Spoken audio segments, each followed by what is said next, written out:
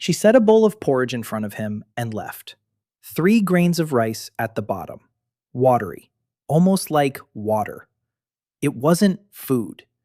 It was the last act of kindness from a woman who no longer believed in anything. He ate every last drop. And then a single word came to mind. Equipment. And the world blinked. But let's go back a few hours. First came the pain, neither sharp nor dull, the kind that gnaws at a body that has lain motionless for too long until every joint has rusted. He opens his eyes. Above him is a clay ceiling, real clay, cracked with straw. The smell hits him next, rice husks, manure, smoke, all at once. He tries to sit up, but his body won't obey. His hands feel foreign, thin, without a single callus. His palms are soft, like those of someone who hasn't lifted anything heavier than a cup in a year and a half. He manages to sit up anyway, and he sees a woman. She's sitting against the wall, watching him. Not with concern, not with anxiety. It's the way one looks at an object that should have been thrown away long ago. There is no hatred in her gaze. There is something worse. The weariness of a person who hoped for too long and finally gave up. He opens his mouth, and a rasping sound bursts from his throat. The woman moves back slightly, half a step. And in that movement, he reads everything. She's afraid of him. And something tightens inside him. Because he understands. The man who lived in this body before him did something to her that makes her recoil, just from seeing that her husband has woken up. A wave rises in his mind, fragments of someone else's memory, like old photos scattered across the floor. His name is Lee Jun-ho, 26 years old, a son-in-law who moved into his wife's house. A landless young man was given a homestead, a wife, land, and in a year and a half, he turned that gift into ruins. He drank, he lay around, he made promises, he drank again. And his wife ran the household alone. She buried her father-in-law alone. She haggled at the market alone. The village nicknamed him the lazy son-in-law. He looks at the woman again. From Yuna, 25 years old, skinny, veiny, a weather-beaten face, hands cracked with clay under her fingernails. She used to be beautiful. Now she's just worn out. He looks at his palms, then at hers. His are smooth and useless. Hers are ravaged by work. That's the whole story of this marriage, told by 2 pairs of hands. And then he says the first thing that comes to mind. He says he was a jerk, that he knows it, that he's not asking for forgiveness right now. He asks for 30 days. If nothing changes in 30 days, she'll leave, and he won't say a word. Yuna is silent for a long time.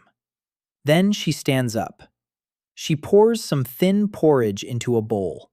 She sets it in front of him, and she goes off to feed the chickens. He eats every last drop. He stands up. His legs are wobbly. He steps out onto the threshold and sees this world for the first time. A small yard, a mud brick fence, 3 chickens, a shed with a crooked roof, and beyond that, fields. Or rather, what used to be rice fields. Now they're gray, cracked patches without a single sprout.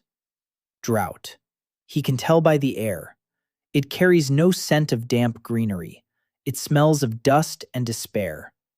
The village of Pumpkin Ford, Sonju Province, the 3rd year of the Great Drought. And the worst part? In 60 days, the tax collector from the Pak clan will arrive. If they fail to meet the rice quota, their land will be taken away. The people will be sold into bondage, and the young women will be invited to the manor to settle the debt. Everyone knows what that invitation means. No one speaks of it. He stands and looks at the dead fields. And he doesn't think like Jung Ho. He thinks like a man who has worked the land for 10 years, who revitalized the depleted soils in Salinas, who, 3 days ago at a conference in Seoul, showed slides on drought-resistant varieties and received a standing ovation. Clay soil, high kaolin content, low humus.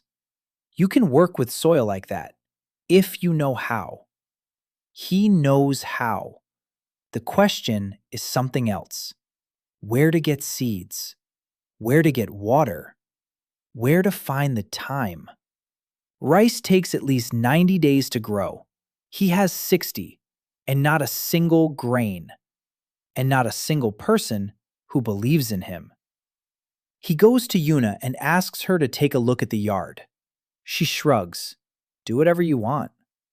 He gets down on his knees, rubs the soil between his fingers, sniffs it, licks it. Yuna watches from around the corner, her expression saying that her husband has finally lost his mind. But he's calculating. pH 6.2, high iron content. Bad for rice, good for legumes. He finds a spot where the soil is darker and moister. The water table is close, about 1.5 meters. You can reach it with a well. In the evening, he sits on the barn threshold and watches the red, dusty sunset. From behind the wall comes the voice of Yuna's younger sister. She's with Khan, 17 years old. She asks why her brother-in-law was crawling around the yard and sniffing the ground. Yuna replies that he's drunk. Hana laughs. She says that drunk people sniff their pillows, not the ground. Night falls quickly, complete darkness. He lay down in the shed. Yuna didn't call him into the house. And then a single word came to his mind.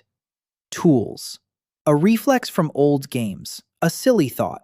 But the world flickered, and he found himself in the middle of a living field. Under his feet was loose, damp, dark earth, the scent of perfect loam. You don't find that in nature. They make it by hand in laboratories, controlling every percentage of humus. But here, it's just there, everywhere. A warm, glowing mist at the edges. Above his head, light with no source, perfect for photosynthesis. In the corner, a stream with crystal clear water murmured. He sat right on the ground. He dug his fingers into the soil. He closed his eyes. And for the first time in this whole crazy day, he smiled. He didn't know how much time he'd spent inside. He sat on the ground, touching the soil, kneading it between his fingers, bringing it to his nose and tasting it on his tongue. The agronomist inside him was screaming with delight. This wasn't just good soil. It was soil that doesn't exist. A perfect balance of sand, clay, and organic matter. Perfect structure. Perfect water-holding capacity. If he'd been given soil like this in the lab in Salinas, he would have assumed it was a synthetic substrate costing $400 a bag. But here, it was everywhere. A hectare of perfect soil. And no one around. He stood up and walked to the edge of the field. The fog glowed softly and evenly. Warm, not cold. He reached out his hand. His fingers entered the fog, and nothing happened. He took another step and found himself back on the mat in the shed. Darkness, the smell of manure, the creak of the roof. He lay there, breathing heavily, his heart pounding. Then he thought of that same word and found himself inside again. That's how he understood the first rule. He could enter and exit at will. Entering is a thought. Leaving is a step beyond the edge of the fog. He returned and began to work. There was nothing to work on. The field was empty. No seeds, no tools, not even a stick. But he could explore. He walked the entire perimeter. He measured it in steps, about 100 meters by 100, a little more than a hectare. A stream sprang from nowhere in the northeast corner, flowed for about 20 meters, and disappeared into the ground. Water flowed constantly, a small trickle, perhaps 2 liters per minute, enough to irrigate a small plot, but not enough for a hectare. He checked the air temperature, Warm, 25 degrees, perfect for most crops. The light didn't change. There was no sunrise or sunset, just constant, even light. He spent what felt like 6 hours inside. He went outside. Maybe an hour had passed outside. That's how he figured out the second rule. Time passed faster inside, about 8 times faster. One night outside was almost 2 days inside. He lay in the darkness of the barn and thought. He had perfect soil. He had water. He had accelerated time. He had no seeds. In the morning, he stepped out of the barn just as the sun was rising. Yuna was already up. She was kneading something in a trough. Clay. She was repairing the wall of the house. All by herself. Her hands were elbow deep in clay. Her face was focused. He stopped and watched her, feeling something strange welling up inside him. Not pity. If it were pity, she would have sensed it and hated him for it. Something else. Respect.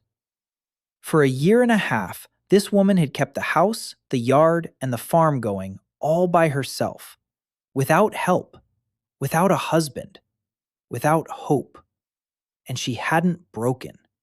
She'd bent down to the ground, but she hadn't broken. He walked over. He said he needed her seed supply.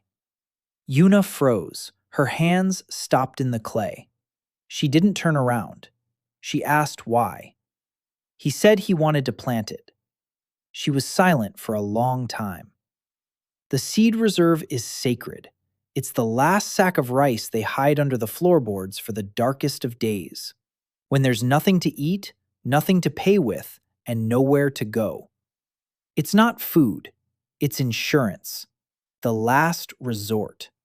And he's asking her to give it up? She turned around. She looked at him. There was something in her eyes he couldn't read.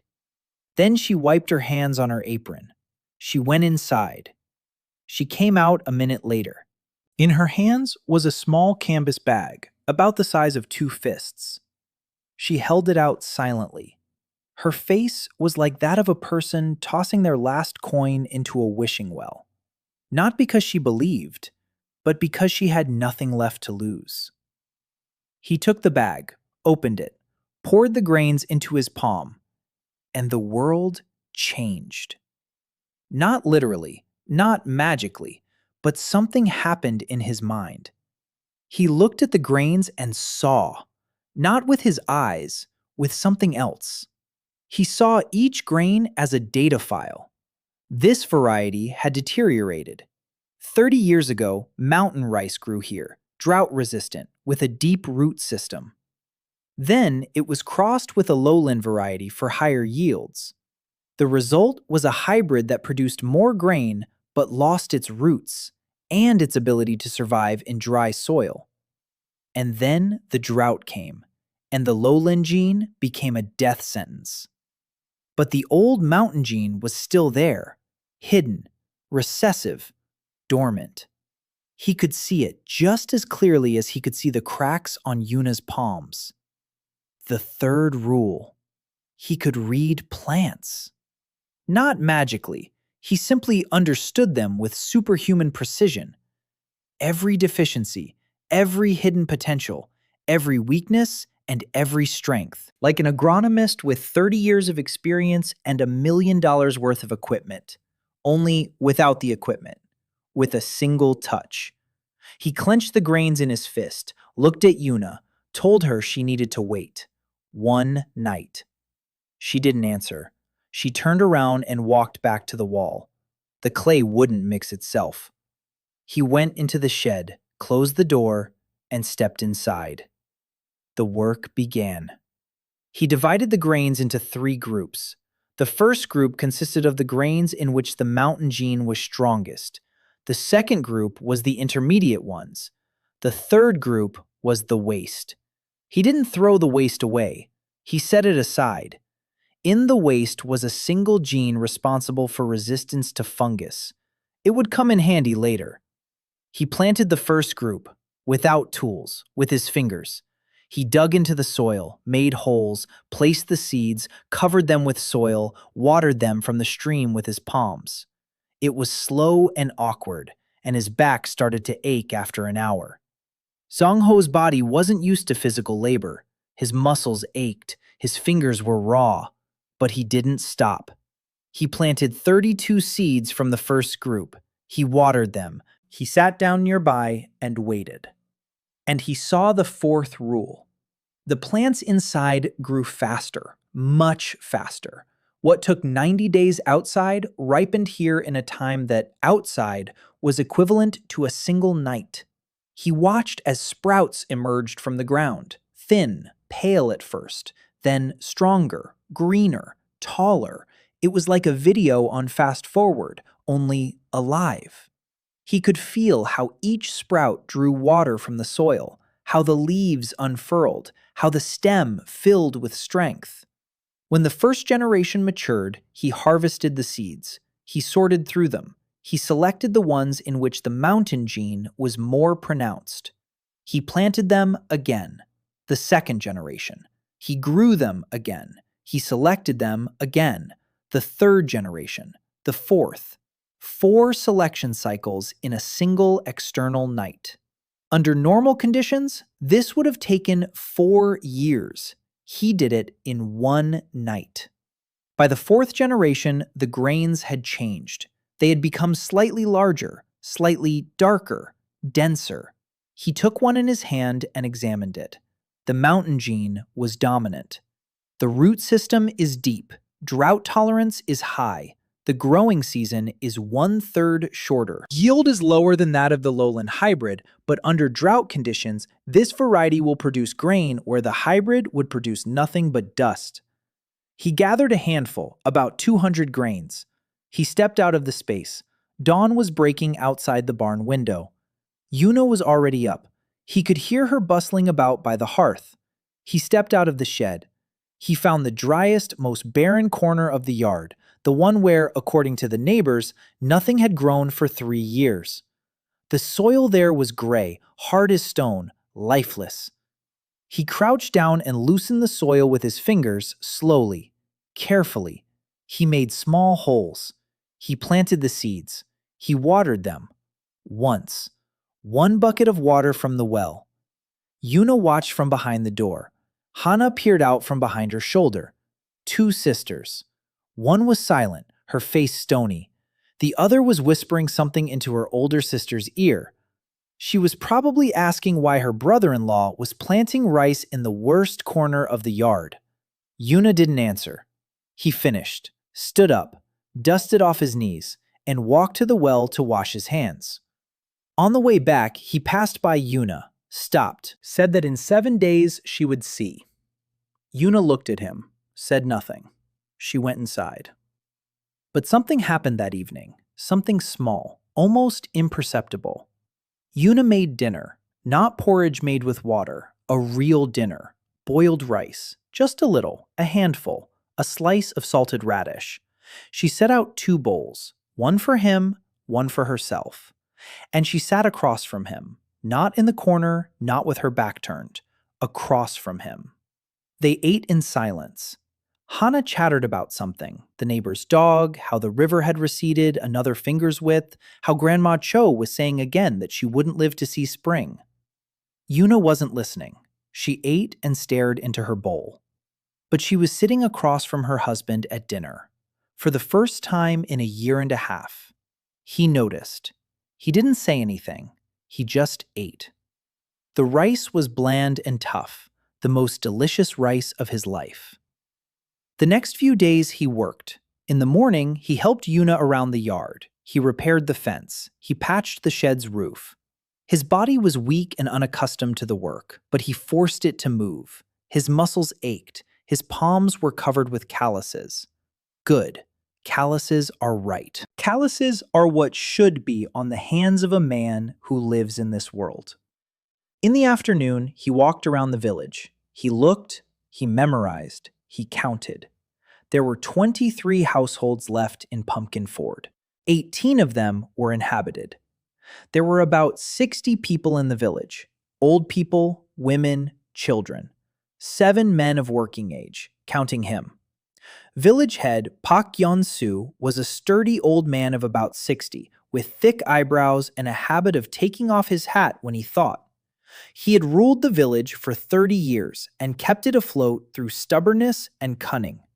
But even his stubbornness wasn't enough to withstand the 3rd year of drought. Daniel could see it in his eyes. The village head was worn out, not physically, but in spirit. He knew that in 60 days the tax collector would arrive, that the village had nothing with which to pay, and that there was nothing he could do. And that knowledge was eating away at him from the inside. On the 5th day, Daniel stepped into the void for an hour and checked the second batch of seeds. He planted vegetables, seeds he'd found in the cracks of the barn and at the bottom of an old sack, and had traded to a wandering merchant for a repaired bucket. He examined each seed before planting it. Radish, degraded but alive. Carrots, weak but with good genetics. Onions, a hardy variety, hardly needs breeding. On the 7th day, he stepped out into the yard in the morning and saw that the sprouts had broken through. He'd expected this. He knew they would break through. But he stopped anyway and watched. The sprouts were thick, dark green, with a glossy sheen he himself had never seen in any laboratory. They stood straight and strong, like little soldiers in the midst of the dead, gray earth. And at that moment, someone stopped behind him. Village head Park Yeon-soo was walking past the yard. He stopped at the fence. He looked at the sprouts for a long time. Then he took off his hat. He stood there a little longer. Then he asked quietly, "Jung-ho, where did you get a seed like that?" Daniel turned around. He looked the old man in the eyes and smiled. He said his grandfather had left them, that he'd simply remembered where his grandfather had hidden them. The village head looked at him, then at the sprouts, then at him again. Then he put on his hat and walked away. But Daniel saw the old man look back 3 times, and how, on the 3rd time, his hand rose and rubbed his eyes, quickly, so no one would notice. Daniel studied the rules of the space. Time inside was accelerated 8-fold, and plants matured in a single external night. He analyzed Yuna's seeds and, in a single night, carried out 4 selection cycles, restoring a drought-resistant mountain rice variety. On the 7th day, sprouts broke through in a neglected corner of the yard, and the village head saw them. For the first time in a year and a half, Yuna sat down to dinner across from her husband. By the 8th day, the news had spread throughout the village. The village head hadn't told anyone, but he didn't need to. Grandma Cho saw the sprouts through the fence while she was carrying water from the well. By noon, the whole village knew. The bedridden son-in-law had grown rice in a dead corner of the yard, in a corner where not even grass had grown for 3 years. The reaction was predictable. Half the village came to look. They stood by the fence and chatted among themselves. Some grunted and scratched the backs of their heads. Others laughed and said it was a trick, that he'd surely bought seedlings and planted them at night. Some remained silent. Those who had seen the sprouts up close said nothing. Because sprouts like that can't be bought. Sprouts like that don't exist. As thick as a pinky finger, dark green with a glossy sheen. They looked as if they'd grown in perfectly fertilized soil with constant watering. Yet they'd grown in dry, gray clay that had been watered only once. Daniel didn't go out to the fence. He sat on the threshold of the shed, mending a basket. Yuna didn't go out either, but he saw her standing behind the door, listening. And he saw her hands clenching the edge of her apron, tightly, until her knuckles turned white. She wanted to believe, and she was afraid, because a year and a half ago, Jung-ho had promised too. He swore he'd get the seeds, that he'd work something out with the merchant, that he'd earn money doing seasonal work. And every time she believed him, and every time he lied, and every time it hurt more than the last. That's how hope works. It doesn't dull with repetition, it sharpens. Hana was different. She was the first to rush out into the yard. She crouched down in front of the sprouts. She stared at them the way children stare at something impossible. Then she turned to him with wide eyes and asked how he'd done it. He said he'd chosen the right seeds and planted them correctly. Nothing more. Hana wrinkled her nose. She said that wasn't an answer. He smiled. He said that was the only answer he had. She pouted for 5 minutes. Then she came back and asked what selection was. He explained it, in simple words, without technical terms, that if you choose the strongest seeds and plant only those, and repeat this many times, after a few generations, you'll end up with a variety that's much stronger. Hana listened with her mouth agape. Then she asked if she could help. He nodded. He was her first ally in the house. On the 9th day, the village elder came to see him, not to the fence, into the yard. He sat on the threshold of the barn next to Daniel. He was silent for a minute. Then he spoke. He spoke about the village, about how the well was running dry at a rate of 1 finger's worth per week, about how the Moon family was eating swan, about how the widow Kang, with her 3 children, had stopped leaving the house, and the neighbors didn't know if they were still alive, about how the collector Park Du-shik would arrive in 52 days. He spoke calmly, without emotion, like a man who had long since stopped panicking because panic changes nothing. Then he looked at Daniel and asked directly, "Can you do what you did in the yard for the whole village?" Daniel was silent. He thought. He calculated. 1 hectare of land, accelerated growth, but there were few seeds, no tools, and most importantly, he couldn't explain where the harvest came from. If he started handing out sacks of rice that appeared out of nowhere, he'd either be declared a thief or a sorcerer. Both outcomes would end the same way. He replied to the village elder. He said he had seeds, good seeds, enough to plant a plot for every household, but he needed time and help and trust. The village head looked at him for a long time. Then he asked why. Why had he suddenly changed? He'd been lying around for a year and a half, drinking. He'd been more useless than a rock on the road. And now he was crawling on his knees, sniffing the soil, and growing impossible rice. What had happened? Daniel thought for 3 seconds. Then he told the truth.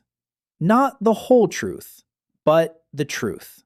He said that he had woken up, that he'd been asleep for a long time and had finally woken up, and that he could now see what Yuna looked like when she thought he wasn't watching, and that he no longer wanted to be the reason for that expression. The village elder was silent. Then he nodded. He stood up, put on his hat, and said 1 sentence. He said he was giving him time, until the next village meeting, 12 days. If by then Daniel had something to show, the village head would stand up for him in front of the village. If not, well, everyone understood what "if not" meant. Daniel nodded. 12 days. He could work with that. That night, he went out into the fields. He worked like a man possessed. His hands were elbow deep in the soil. He planted, he watered, he waited, he harvested, he selected, he planted again. He developed 3 varieties. The first is rice, a 4th-generation mountain variety, ready for outdoor planting. The second was vegetables, radishes, carrots, and onions. Fast-growing, drought-resistant, not as impressive as rice, but more important, because rice is a grain, and grain is a tax. But vegetables are food you can eat every day. The third row was experimental, beans. He found 3 bean seeds at the bottom of a sack he'd traded for from a merchant. Beans fix nitrogen in the soil. If planted next to rice, they'll fertilize the soil for free.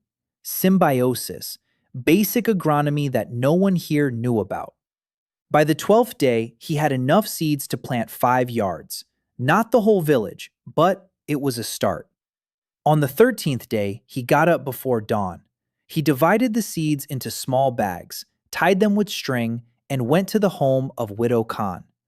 Widow Khan lived on the edge of the village. Her house was the poorest in Pumpkin Ford. The walls were cracked. The roof was patched with straw. The door hung on a single hinge. She had 3 children. The oldest was 7.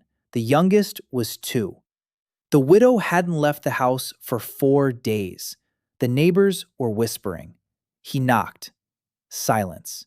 He knocked again. The door opened. The widow stood in the doorway. Thin. So thin that he could see the bones of her collarbones through her clothes. Her eyes were sunken. Her hair was tangled. Behind her, the children sat on a mat. Quiet. Motionless. Children shouldn't be that quiet. Daniel didn't say anything. He took a small bag out from under his shirt. A small one, with a handful of rice from outer space. Not seed rice, regular rice, for eating. He held it out to her. The widow looked at the bag, at him, at the bag. She didn't take it. She asked how much he wanted, for the rice. How much? How to pay? He shook his head. He said it wasn't for sale. Not a debt, not a favor. Just rice. For the children. She stood there looking, and he saw something break in her face. He saw the shell she'd been building up for weeks to numb her feelings crack. She took the little bag, pressed it to her chest, and closed the door. She didn't say thank you. She didn't bow. She just closed the door. And through the wall, he heard her crying, quietly, so the children wouldn't hear. He stood by the door for a minute. Then he left. That night, he stepped into the field and froze.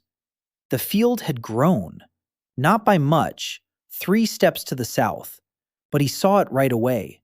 The edge of the fog had receded. 3 steps, a few square meters, and he understood. The 5th rule: the field grows when what he has grown is eaten by someone who needed it. Not just eaten by the hungry, eaten by those who had lost all hope, eaten with pain and gratitude. 3 hungry children, a handful of rice, 3 steps of space. He sat down on the ground and thought. For a long time. The mechanics were clear. The more he fed, the larger the field grew. The larger the field, the more he could grow. The more he grew, the more he could feed. A cycle, positive feedback. But with one condition. He had to feed those who needed it, not sell it, not store it. Feed them. He stood up, he looked at the empty field around him, and smiled. For the first time in days, a genuine smile. Not because he'd found a way to get rich, but because the system was designed so that greed didn't work within it. You could only be generous, or nothing at all. On the 14th day, he tossed a second little bag to Mrs. Kang's door. This time, it wasn't just rice. Carrots. 3 of them. Small but sweet. From outer space. That evening, as he walked past the widow's yard, he heard a sound he hadn't heard since he'd arrived here. A child's laughter. The older boy was running around the yard with a carrot in his hand, laughing. Daniel didn't stop. He just walked past. But inside, something warm stirred and fell into place. Like a piece that had finally found its slot. That night, the field grew another 5 steps. On the 21st day, a village meeting was held. The village learned about the sprouts in Daniel's yard. The village elder gave him 12 days to prove his worth. Daniel secretly fed the widow Khan and her 3 children, and discovered that the space expanded when his food satisfied someone else's hunger. By the 21st day, he had enough seeds for 5 yards, and the field in the space had grown by 8 paces. The gathering took place on the well-trodden clearing in front of the village headman's house. 18 households. Almost everyone who could walk had come. The elderly sat on benches. The women stood in the back. Children scurried about underfoot. The men who were left stood in a group, chatting among themselves. Daniel was the last to arrive, on purpose. He was carrying a canvas bag. When he stepped into the middle of the clearing, the chatter died down. Everyone was looking at him, the bedridden son-in-law. The man who hadn't gotten up from his mat in a year and a half. The man who drank while his wife toiled away. The man who had become the village laughingstock. He could feel their stares, heavy, mocking, waiting. Yuna stood in the back row with a stony expression. Kana, standing next to her, bit her lip. The village elder sat in his seat, holding his hat on his lap. Daniel set the bag on the ground. He opened it. He took out the first small bag. He untied it. He poured the seeds into his palm. He raised his hand so everyone could see, and he began to speak. He didn't speak eloquently. He didn't give a speech. He spoke simply. He said he had seeds. He said these seeds would yield a harvest even in dry soil. He said he was ready to share them with anyone who would work, for free, no debt. One condition, to work, to listen to his planting instructions, and not to ask where the seeds came from. Silence. Then someone laughed. A man named Han Dae-ho, a big man, red-faced, one of the 7 remaining men. He said what many were thinking. He said that the reclining son-in-law was now a talker as well, that he hadn't been able to lift a hoe for a year, and now he's handing out seeds. Where did the seeds come from? He stole them. He begged for them. He traded his wife for them. A few people snorted. Someone turned away. Daniel stood there and listened. He didn't interrupt. He waited for Han Dae-ho to finish. Then he asked one thing. He asked if Dae-ho had seen the sprouts in his yard. Dae-ho fell silent. He had seen them. Everyone had seen them. Those sprouts that weren't supposed to break through the dead soil? Thick, green, impossible. Daniel said those sprouts came from the same seeds. That he wasn't asking them to believe him. He was asking them to try. 3 households. Let 3 households take the seeds and plant them according to his instructions. In 2 weeks, everyone would see the result. If nothing grew, he would leave the village, on his own, without pleas and without a fuss. The silence grew thick. The village elder put on his hat. He stood up and said that he would take the first household. It was a move, an old, cunning move. When the village head takes the risk first, it's easier for the rest. Grandpa Nam volunteered second, an 80-year-old man with 1 eye and 3 grandchildren. He said he had nothing to lose. If the rice didn't grow, he wouldn't survive the winter anyway, so he might as well give it a try. The third plot was taken by the widow Kang. She stood at the very back, thin, quiet. Everyone was surprised. She hadn't left the house for 4 days until the day before yesterday, and now she was standing at the meeting and taking seeds from the reclining son-in-law. Daniel looked at her. She looked back. She didn't smile, but she nodded, briefly, just one nod. He understood. It was a thank you, for the rice, for the carrots, for not demanding anything in return. Han Dae-ho spat and walked away. The rest dispersed in silence. Half thought it was a futile endeavor. A quarter hoped it wasn't. A quarter were simply waiting for some entertainment. The work began that very day. Daniel went from yard to yard. He showed them how to prepare the soil, not just to dig properly, to a depth of a bayonet, to break up clods, to make furrows for drainage, to plant at a specific distance, not in clumps or scattered, but in even rows spaced a palm's width apart. The old men shook their heads. No one planted that way. Here they planted them scattered. They'd toss the seeds into a furrow and hope for the best. He explained why. Every plant needs space for its roots. If you plant them too densely, they'll compete with each other for water, and they'll all lose out. If you plant them too sparsely, the soil between them will dry out and crack. Even rows spaced a palm's width apart. That's the sweet spot. Grandpa Nam listened with one eye half closed. Then he asked how he knew that. Daniel said Grandpa had taught him. Grandpa Nam snorted and said that his own grandfather had taught him only to drink and sleep. Hana helped. She ran from yard to yard carrying seeds. She kept track in her head of how much had been planted and where. She was quick and attentive and remembered everything the first time. Daniel looked at her and thought that in another world, in another time, she would have been an excellent student in the agronomy department. Yuna didn't help. She worked in her own yard, silently. She watched over his seedlings. She watered them when he asked, but she didn't talk. She didn't ask questions. She didn't show that she was interested. Only in the evenings, when he returned tired and dirty, would she set a bowl in front of him. Every evening, without a word. And every evening, the bowl was a little fuller than the day before. He didn't know where she got the food. Maybe she cut back on her own portion. Maybe she traded something for it.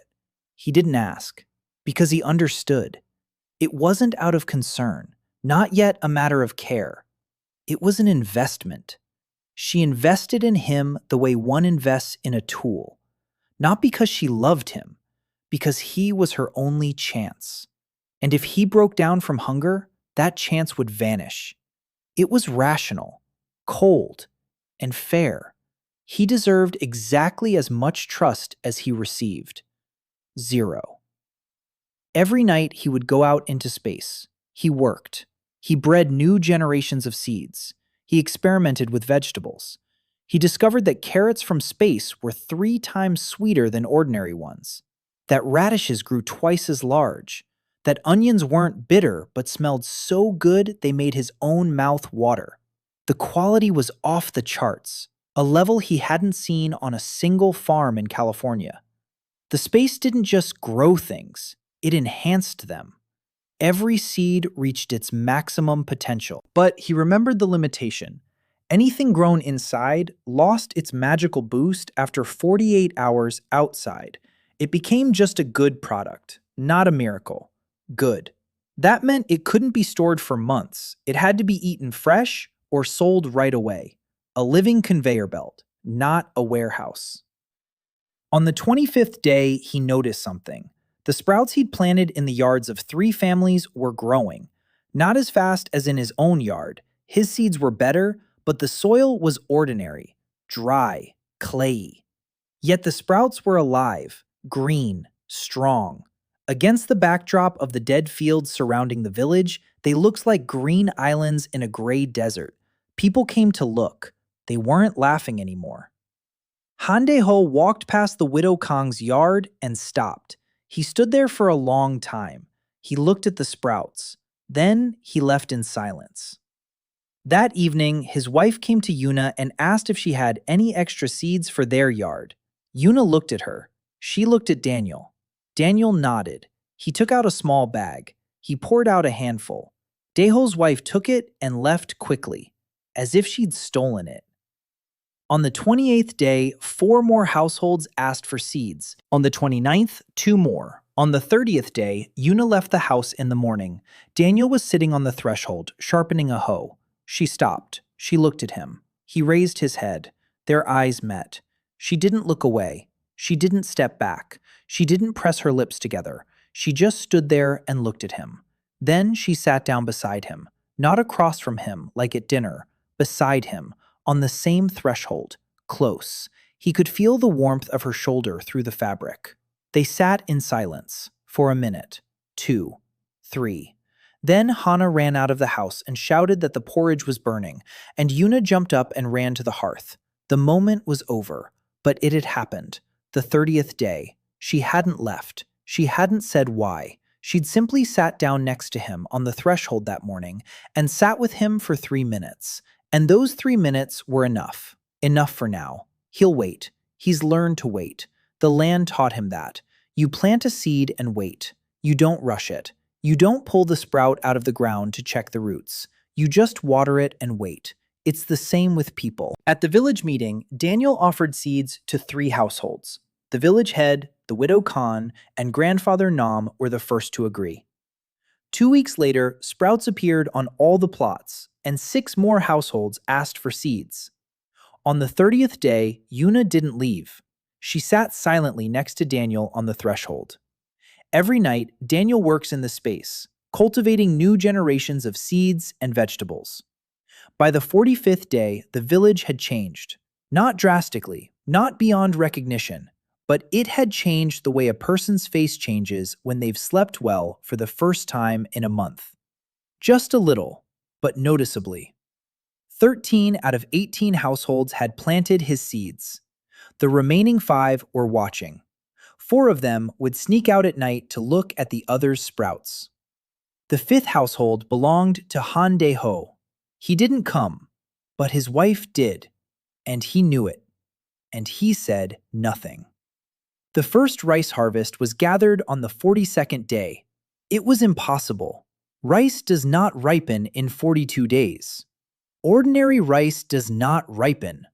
This rice did. The 4th generation mountain variety, bred in space and adapted to dry soil, had a growing season of 35 days with minimal watering. The yield was lower than that of lowland rice under normal conditions, but under drought conditions in dry, clayey soil, with watering once every 3 days from a nearly dry well, the harvest was 5 times greater than anyone had expected. Grandfather Nam brought the first sheaf to the clearing in front of the village headman's house. He set it on the ground. He took off his hat and stood in silence. The ears of rice were heavy, full. The grains were large and dark.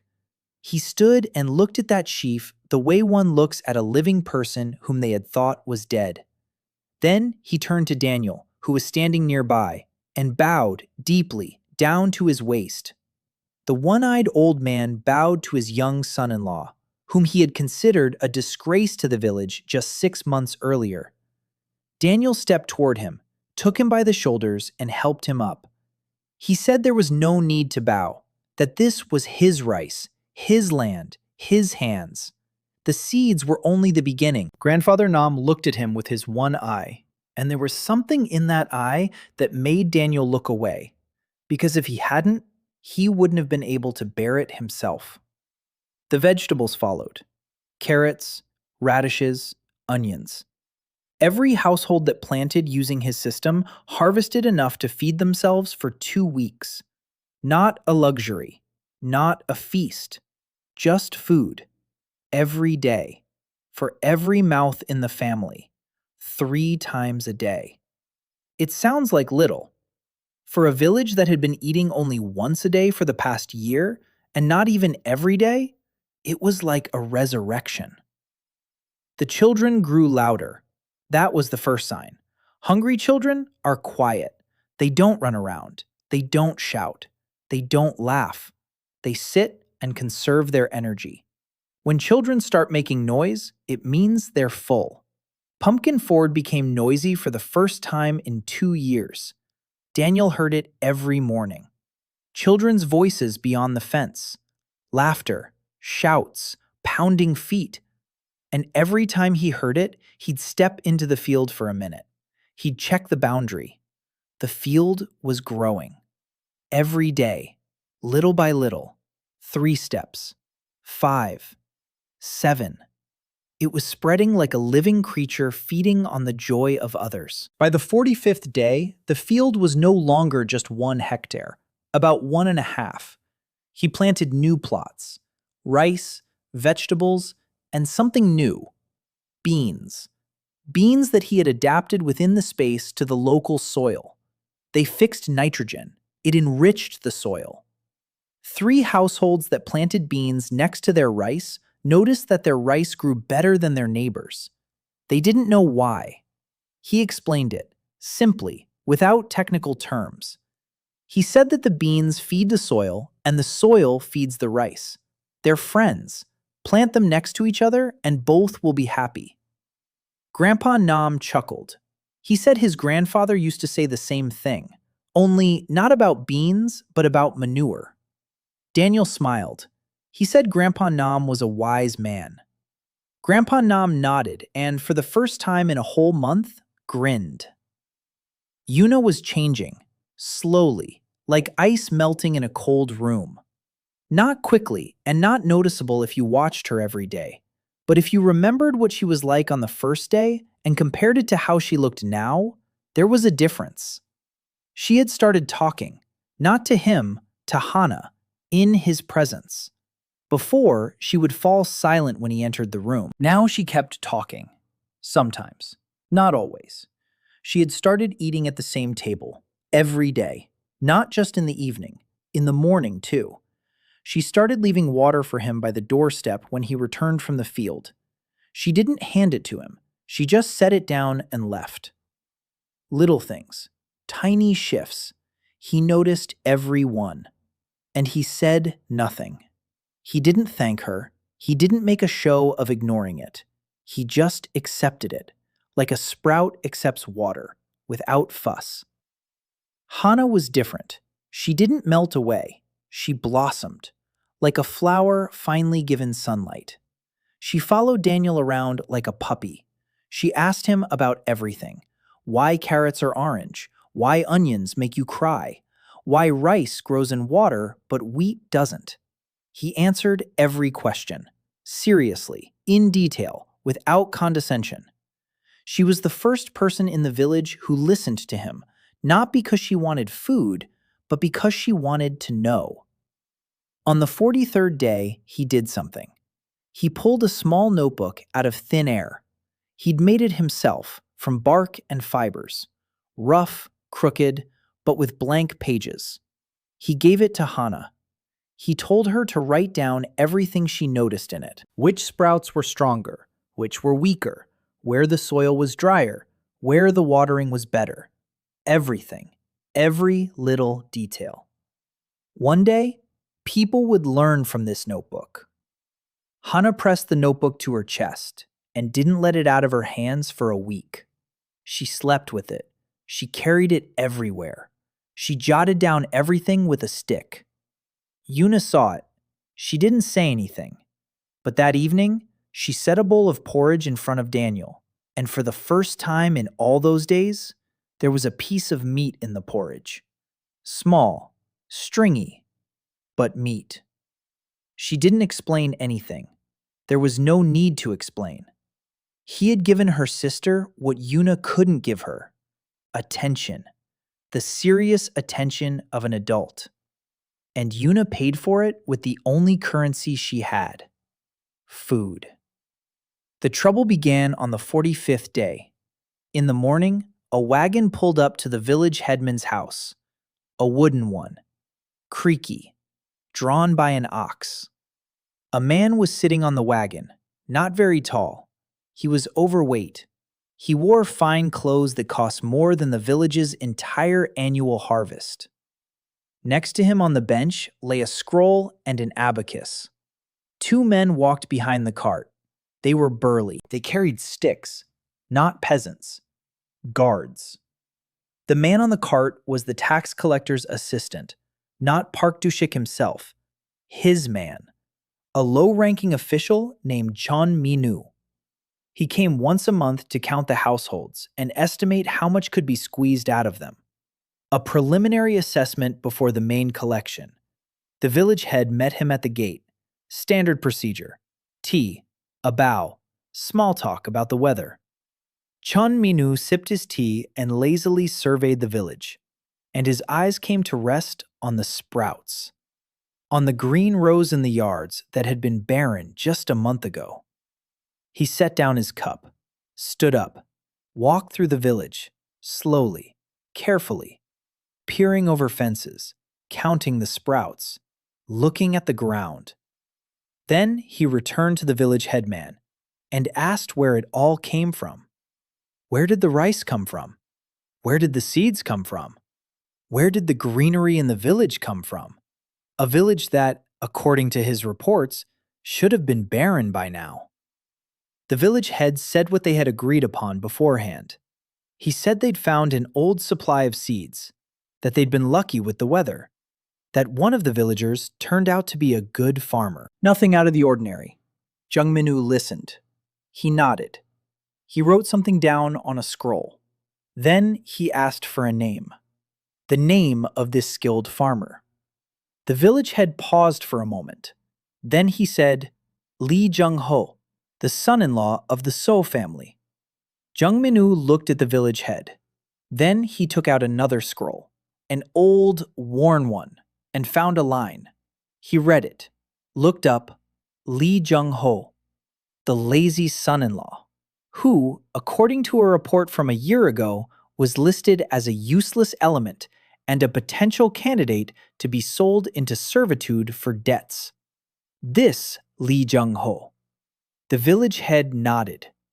Jung Minwoo rolled up the scrolls, finished his tea, got into the cart, and he drove off. He didn't say a word. He just drove off. But Daniel, who was watching from around the corner, saw his face. He saw how the tax collector's assistant looked back at the village just before the road turned. And he saw how he wrote something down on a scroll while already on the move. Quickly, hastily, like a man who had found something important and was afraid of forgetting it. Daniel stood around the corner, watching the dust from the wagon. And he thought, 15 days until Dusik arrives. The assistant will return and tell him. He'll tell him that the dead village has come back to life, that the reclining son-in-law has become a farmer, that the crops are unlike anything anyone has ever seen. Dusik will come, and he won't be coming for taxes. He'll come to look, to investigate, to dig. 15 days. Daniel closed his eyes, opened them, went to the village head, said they needed to prepare, not for the harvest, for the visit. The village head took off his hat, rubbed his bald spot, and nodded. They sat until nightfall. They calculated. They made plans. How much rice was needed for the tax? How much to set aside for seed? How much for food? How to hide the surplus so that Dusik wouldn't raise the quota for the following year. The village head knew the officials' tricks. If they showed too much, they'd take more. If they showed too little, they'd be suspected of cheating. They had to show exactly as much as was needed, the quota, with a small surplus. Enough to look like an obedient village that was trying its best. Not enough to look like a rich village worth plundering to the last grain. Daniel listened and learned. In his world, he knew everything about soil and seeds. In this world, he needed to know about people, about officials, about greed and fear, and how one feeds the other. At night, he went out into the fields. He worked until dawn. Rice, more rice, good rice, tax rice. It had to be good enough to pass inspection, ordinary enough not to raise questions. Not too large, not too glossy, not too perfect. Ordinary, good rice. As if he'd just gotten lucky with the season. He was developing a separate variety, the 5th generation. But not the best 5th generation. Average, deliberately downgraded. It was a strange feeling. An agronomist who had spent his whole life striving for perfection was now intentionally making a worse product just to survive. But he understood the logic. In this world, perfect rice isn't wealth. It's a target. Dusik arrived on the 58th day, 2 days ahead of schedule. It was a tactic Daniel already knew from the village elders' stories, arriving early to catch people off guard, so the village wouldn't have time to hide any surplus, so that fear, not preparedness, would be written on their faces. Dusik arrived on horseback. Not in a wagon like his assistant. On horseback. A fine horse, well-groomed, with a saddle that cost more than all the village's livestock combined. 3 horsemen rode behind him, burly, silent, with short sticks at their belts. Not swords, sticks. Swords are for soldiers. Sticks are for those who beat peasants. A dog ran behind the 3rd rider, a big one. red-haired, with a heavy muzzle and short ears. The village froze. The children who had been running down the street just a minute ago had disappeared behind the fences. The women had gone into their houses. The men remained but hunched over. They seemed smaller, quieter. Daniel stood by the fence of his yard and watched. Dusik wasn't what he'd expected. Not a fat bureaucrat, not a rough soldier. Young, about 30, thin, a clean-shaven face, a neat beard. His clothes were expensive but not flashy. He looked like a man who knew his own worth and didn't need to show it off. He dismounted in front of the village headman's house. He looked around, slowly. His gaze swept over the yards, the fences, the roofs, and it lingered on the greenery, on the sprouts, on the rows of plants turning green in every other yard. Daniel saw his expression change. Not surprise, not joy. Calculation. Pure, cold calculation. Like an accountant who'd found an error in the balance sheet. The village head greeted him according to protocol. A bow, tea, a seat at the table. Dusik sat down. He took the cup, didn't drink, set it on the table and looked at the village head. And he spoke. His voice was quiet, polite, without a hint of threat. He said that his assistant had arrived a month ago and seen something interesting. That the dead village had come back to life. That sprouts had appeared where there had been none before. That lazy son-in-law had suddenly become a farmer. He uttered the nickname without mockery, simply as a fact. Lazy son-in-law. He said he'd come to see for himself. The village head nodded and recited his prepared lines. An old supply of seeds, a successful season, a good worker. Dusik listened. He didn't interrupt. He didn't nod. He just listened with a slight smile that didn't reach his eyes. When the village head finished, Dusik finished his tea in one gulp. He stood up. He said he wanted to inspect the village, in person, every yard. The village head turned pale, but nodded. They set off. Dusik in front, the village head beside him, the guards behind. A dog ran between their legs. Daniel watched from behind the fence. Then he stepped out and followed at a distance. Dusik inspected every yard. He went inside. He looked at the garden beds. He touched the sprouts with his fingers. He asked the owners questions. What kind of seeds? Where they came from? When they were planted? How much they were watered? His voice remained quiet and polite. His questions were precise, professional. This man knew his way around agriculture, not like a farmer, but like an administrator. He knew the numbers. He knew the timelines. He knew that rice doesn't ripen in 35 days, and he knew that farmers lie. They always lie. The only question is the extent of the lie. He reached the Widow Kang's yard. He peered over the fence. He saw rows, straight, neat, spaced a palm's width apart. He froze. He turned to the village head. He asked who had taught the widow to plant like that. The village head was silent for a second. Then he said, Lee Jung-ho. Dusik nodded. He walked on. Grandfather Nam's yard, the same pattern, straight rows, identical spacing, a system, not a coincidence. Dusik stopped in the middle of the yard. He turned to the village elder and said one sentence. He said he wanted to see Yi Jung-ho, right now. Daniel came around the corner. He'd been preparing for this moment for 2 weeks.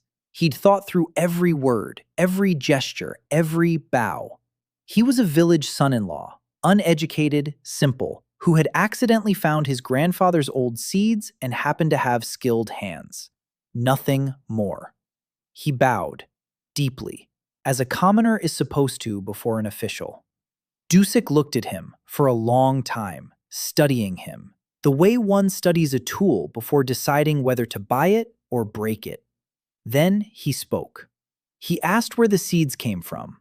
Daniel answered that they were stored away. His grandfather had left them, hidden under the floorboards of the shed. He found them by chance while repairing the boards. Dusik asked which grandfather. Daniel said his wife's grandfather, from Taiwan. Dusik nodded. He asked why he hadn't found them before. He'd lived in this house for a year and a half and hadn't found them. Daniel lowered his eyes. He told the truth, which sounded like shame.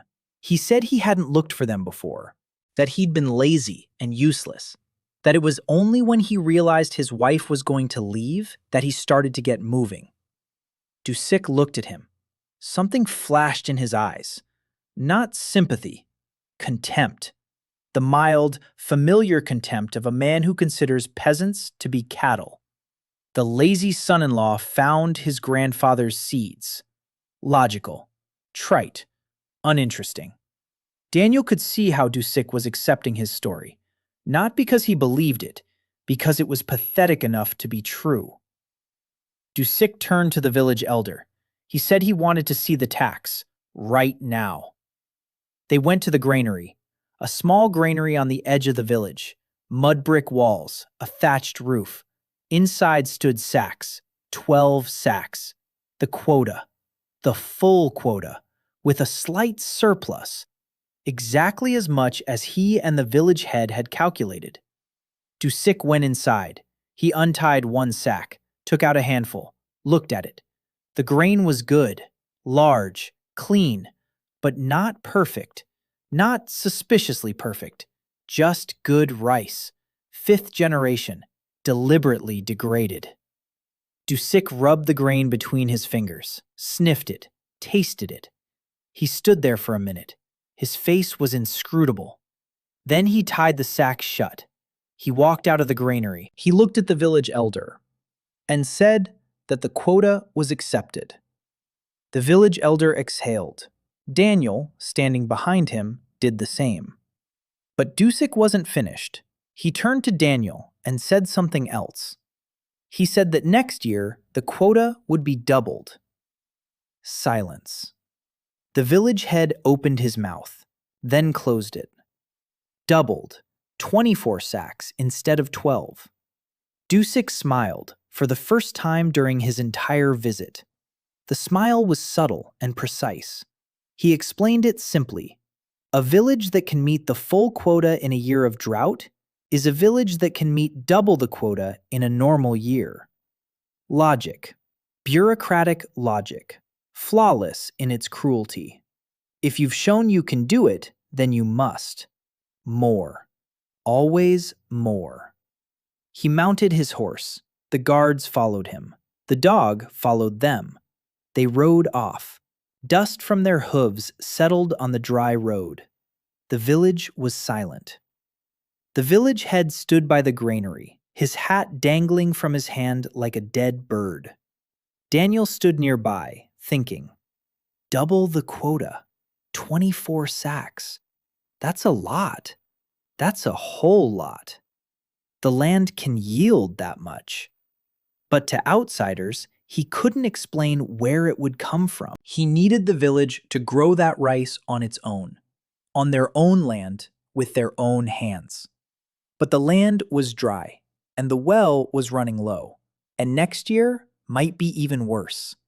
He closed his eyes, thought, opened them, looked at the village head, said one word, said they'd manage.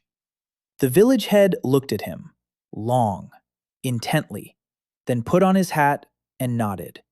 That evening, Daniel sat on the threshold of the house, not the barn, the house. For the first time, Yuna had let him spend the night inside, not in a room, just on the threshold. But it was the threshold of a house, not a barn. There's a difference. She sat inside by the hearth, mending clothes. Hana slept in the corner, quietly. Yuna didn't look at him, but she spoke. For the first time in all these days, she spoke to him first. She asked what double the quota meant. He answered honestly. He said it meant twice as much work, twice as much rice, twice as much effort. She was silent for a moment. Then she asked if they could manage. He said yes. She looked up from her sewing. She looked at him. There was no trust in her eyes, no hope. There was something else, something he couldn't name because he'd never seen it before. Then she lowered her eyes back to her sewing and said quietly, almost in a whisper. She said that if he was lying, she'd kill him. She wouldn't leave, she'd kill him. He listened to the night cicadas. They'd finally begun to sing. The rain 2 days ago had given them enough moisture. And he thought that this was the most beautiful threat he'd ever heard in his life. Because a woman who threatens to kill isn't going to leave. Pogdusik had arrived 2 days ahead of schedule.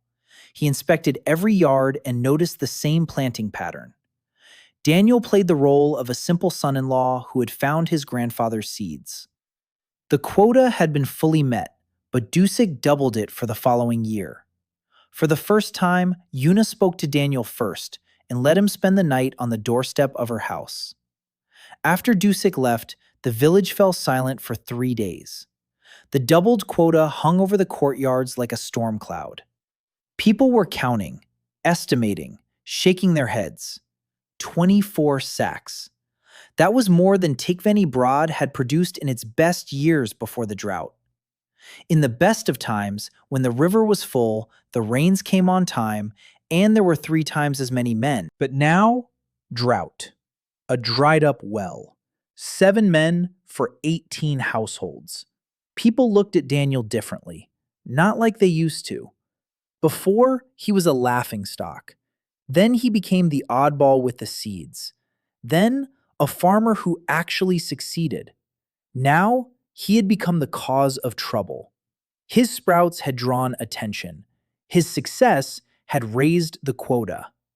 Kandeho was the first to say it, loudly, for the whole street to hear. He said that if the lazy son-in-law hadn't stuck his neck out, the collector wouldn't have doubled the quota. That he'd be better off sitting there and drinking some more. At least, he wouldn't have done any harm. A few people nodded. Not many, but a few. Daniel heard it. He was standing by the well, drawing water, and heard every word. He didn't reply. He drew his water, he went home. But inside, something was churning. Not resentment, understanding. Deho was right, in his own way, according to the peasant logic that had existed here for 1,000 years. Don't stick your neck out. Don't show what you're capable of, because those at the top will see it and take it away. That logic worked.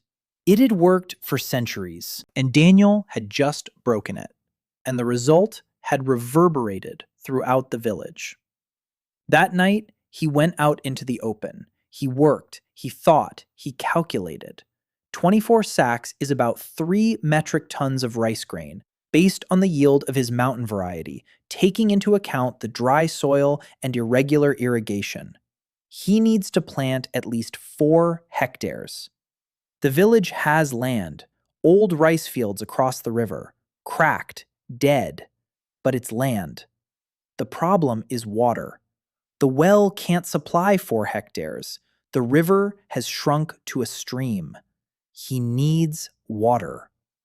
He thought for 3 hours, sitting in the middle of the open space and looking at his little stream. And suddenly, he stopped. The stream. Water flows constantly inside it, 2 liters per minute, 120 liters per hour, about 3,000 liters per day. On the outside, that's roughly 400 liters a day, taking the time difference into account. 400 liters, 20 buckets. Not much, but not little either, especially if used wisely. He can carry the water out, fill the buckets inside, and carry them out, slowly, 1 bucket at a time, but consistently, every night, 20 buckets. That won't be enough for 4 hectares, but it'll be enough for the system, for drip irrigation. The idea struck him like a bolt of lightning. Drip irrigation, the simplest, most ancient technology, known as far back as Mesopotamia. Clay pots with a small hole. You bury the pot in the ground next to the plant. You fill it with water. The water seeps through the walls slowly and steadily, straight to the roots. No evaporation, no waste. Every drop counts. In his world, this was called Oya irrigation. There were plenty of pots here. Clay was everywhere. A potter in the neighboring village made pottery for a handful of grain. He stepped out of the space. It was still dark.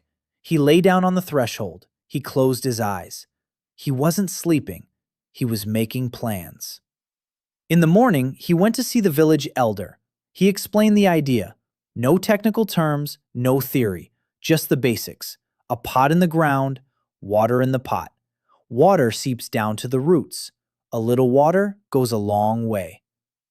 The village elder listened. He scratched his eyebrow. Then he asked how Daniel knew this. Daniel said he'd seen it once, a long time ago. He didn't remember where. Maybe he dreamed it. The village head grunted. He said that if it worked, it didn't matter to him whether he dreamed it or not. They got started that very day. Daniel organized the work. 5 people molded pots out of clay. Rough, crooked, it didn't matter. The main thing was that the walls were porous and there was a small hole. Hana kept track. How many pots were made, how many were buried, where and in which yard. Yuna kneaded the clay, silently, quickly. Her hands were made for this work. Strong, precise. She shaped the pots faster than anyone else. Daniel watched her and thought that in another world, she would be a sculptor. Or a surgeon, hands that feel the material as an extension of themselves. By the end of the 3rd day, they had buried 80 pots in 2 sections. Daniel filled them with water, partly from the well, partly from the void. At night, he hauled water, 1 bucket at a time, carrying it out of the void and setting it by the well. In the morning, he'd say he'd fetched it at dawn while everyone was still asleep. No one checked. Who would check on a man who gets up before dawn and carries water? After a week, the results became apparent. The plots with the pots looked different. The soil around the pots was moist, not wet, but moist. The sprouts reached toward the pots as if toward a source of life. The foliage was denser, the stems were thicker. Grandpa Nam stood over his plot and shook his head. He said he'd been planting rice for 60 years and had never thought to stick a pot in the ground. He said that either Daniel was a genius or the rest of us were fools. Daniel said it was the latter. Grandpa Nam laughed, for the first time in Daniel's presence. His laugh was hoarse and short, like a cough, but it was a laugh. The news about the pots spread quickly. By the end of the 2nd week, all 18 households were using the system. Even Han De-ho. He came by in the evening. He stood by the fence, hesitating. Then he asked how many pots he'd need for his plot. Daniel told him. De-ho nodded. He left. He didn't say thank you. He didn't bow. Daniel hadn't expected that. Pride is the last thing a person gives up. It's more important than food, sometimes more important than life itself. De-ho had asked for the pots. That was enough. Yuna was changing faster these days, or so it seemed to him. She had started moving around the yard differently, not past him, beside him. Before, she'd walk around him in a wide arc. Now, she walked straight past him. Sometimes their shoulders almost touched. She prepared dinner and placed his bowl closer to hers. Before, it was across the entire table. Now, it was right next to hers. Small shifts, centimeters, but he noticed every one. On the 70th day, something happened that he hadn't planned for. In the morning, a woman approached the village gate, alone, on foot, wearing a worn traveling cloak, with a fan tucked into her belt. Her face was hidden by a wide-brimmed hat. She knocked on the gate of the village headman's house and introduced herself as a weary traveler. She asked for water and a place to stay for 1 night. The headman let her in. It was the custom. Travelers weren't turned away. Daniel saw her that evening at the well. She was standing there, drinking water from a bucket. When she lifted her hat, he saw her face. Young, sharp-featured, with dark, quick eyes that, in 5 seconds, assessed his clothes, his hands, his posture, and his facial expression. The eyes of a merchant. He recognized that look. In his world, that was how buyers from large chains looked at him when they came to the farm. An assessment. Instantaneous, unerring. How much are you worth? Chui Minsu, 28 years old, a scout for the Huaran Trading Guild. She hadn't come by chance. Rumors of a village where rice grew in the midst of a drought had reached the guild. The guild had sent its best agent. Minsu stayed for one night, then a second, then a third. She was in no hurry. She walked around the village. She talked to people. She asked about the crops, the water, and the seeds. Her voice was light and cheerful. Her smile was disarming. People told her things they wouldn't have told an official, because she wasn't an official. She was a traveler with a beautiful smile and a pleasant voice who took an interest in their lives.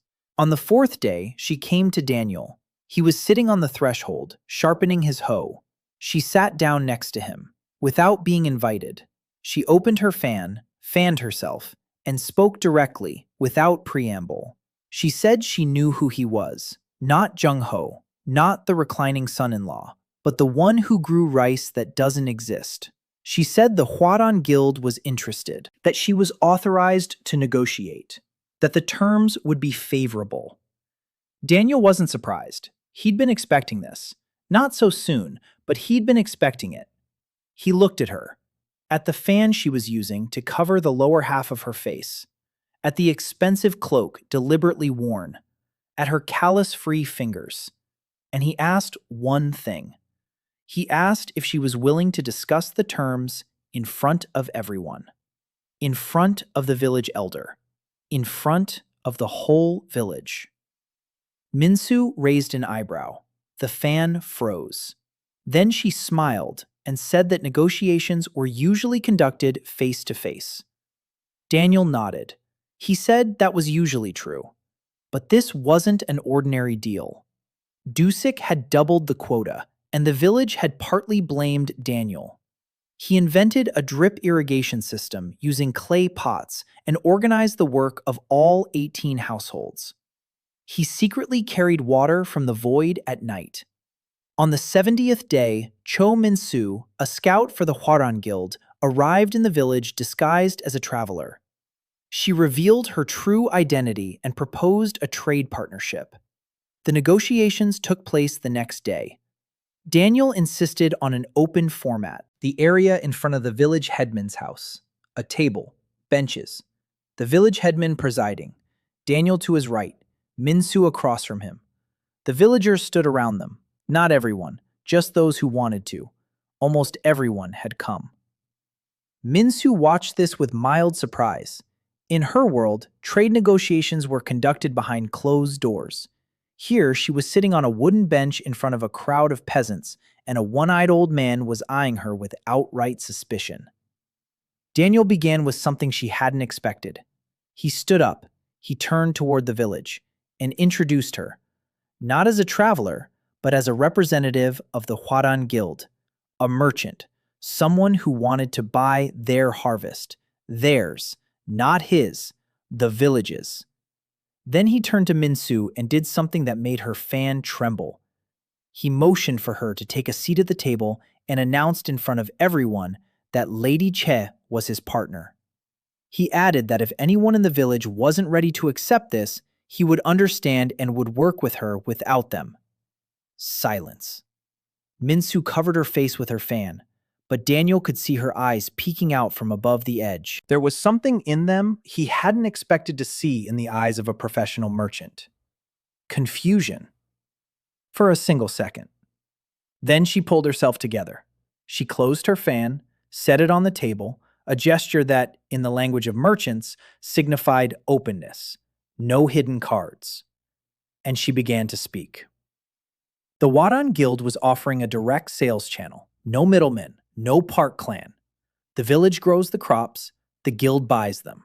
The price was twice as high as on the local market. In return, the guild would receive the exclusive right to purchase the harvest in Sonju province. Daniel listened. He nodded.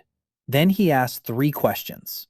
First, Who would ensure security if the Pot clan found out about the direct trade? Minsu replied that the guild had connections at court and could secure a trade license. Second, what would happen if the harvest was poor, a drought, or a crop failure? Minsu replied that the risk would be split evenly. The guild would take whatever was available and would not demand compensation for shortfalls. Third, Daniel stated the third point and fell silent. Minsu waited. Everyone waited. He said he wanted the guild to supply seeds to neighboring villages for free. His seeds, at his expense, through the guild's channels. Minsu tilted her head. Her fan rose to her face and then fell. A habit, she thought. Free seeds for neighbors aren't charity. It's expanding the supplier base. If 10 villages grow crops instead of just one, the guild's volume increases tenfold. But competition increases too. Prices fall. She looked at Daniel.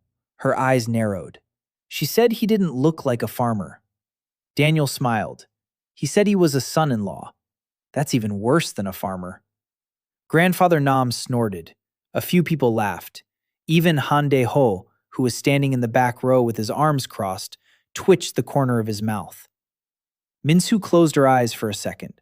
She opened them and said she accepted the terms. All three. But with one condition. She would stay in the village for a month, in person, to oversee the first shipment, and to figure out who she was dealing with. Daniel nodded.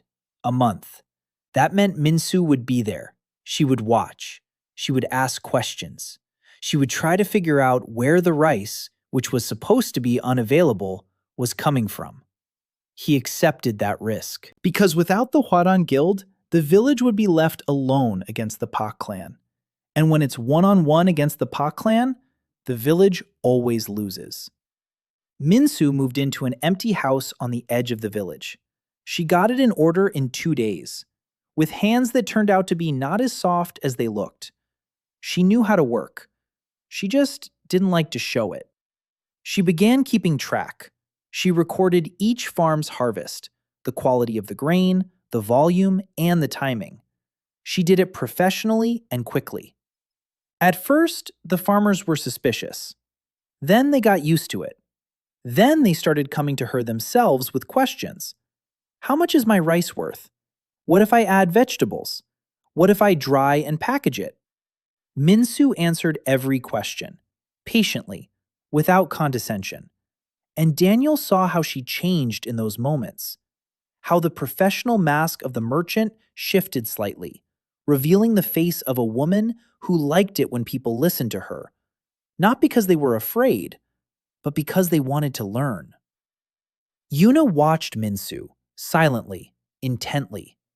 Daniel could sense it. Yuna wasn't jealous, not in that sense. She was studying. Minsu was from another world, from the city, from the guild. She wore nice clothes, spoke in elegant phrases, and smelled of something floral that Yuna couldn't name. Yuna looked at her and saw everything she herself had never been. Urban, confident, free. And Daniel could see how it was eating away at Yuna from the inside, quietly, without words. He didn't know how to fix it. Not yet, anyway. The third month was drawing to a close. Winter was near. Not a cold winter.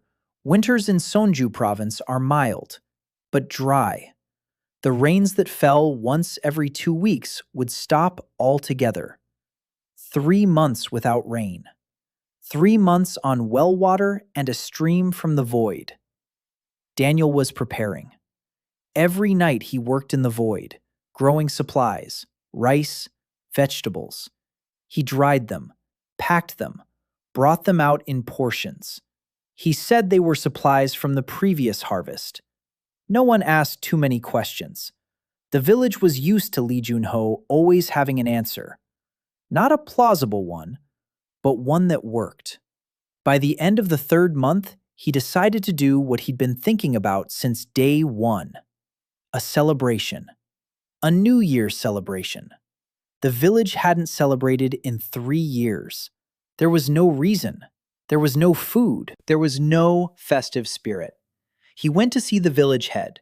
He said he wanted to organize a communal dinner in the village square for the whole village.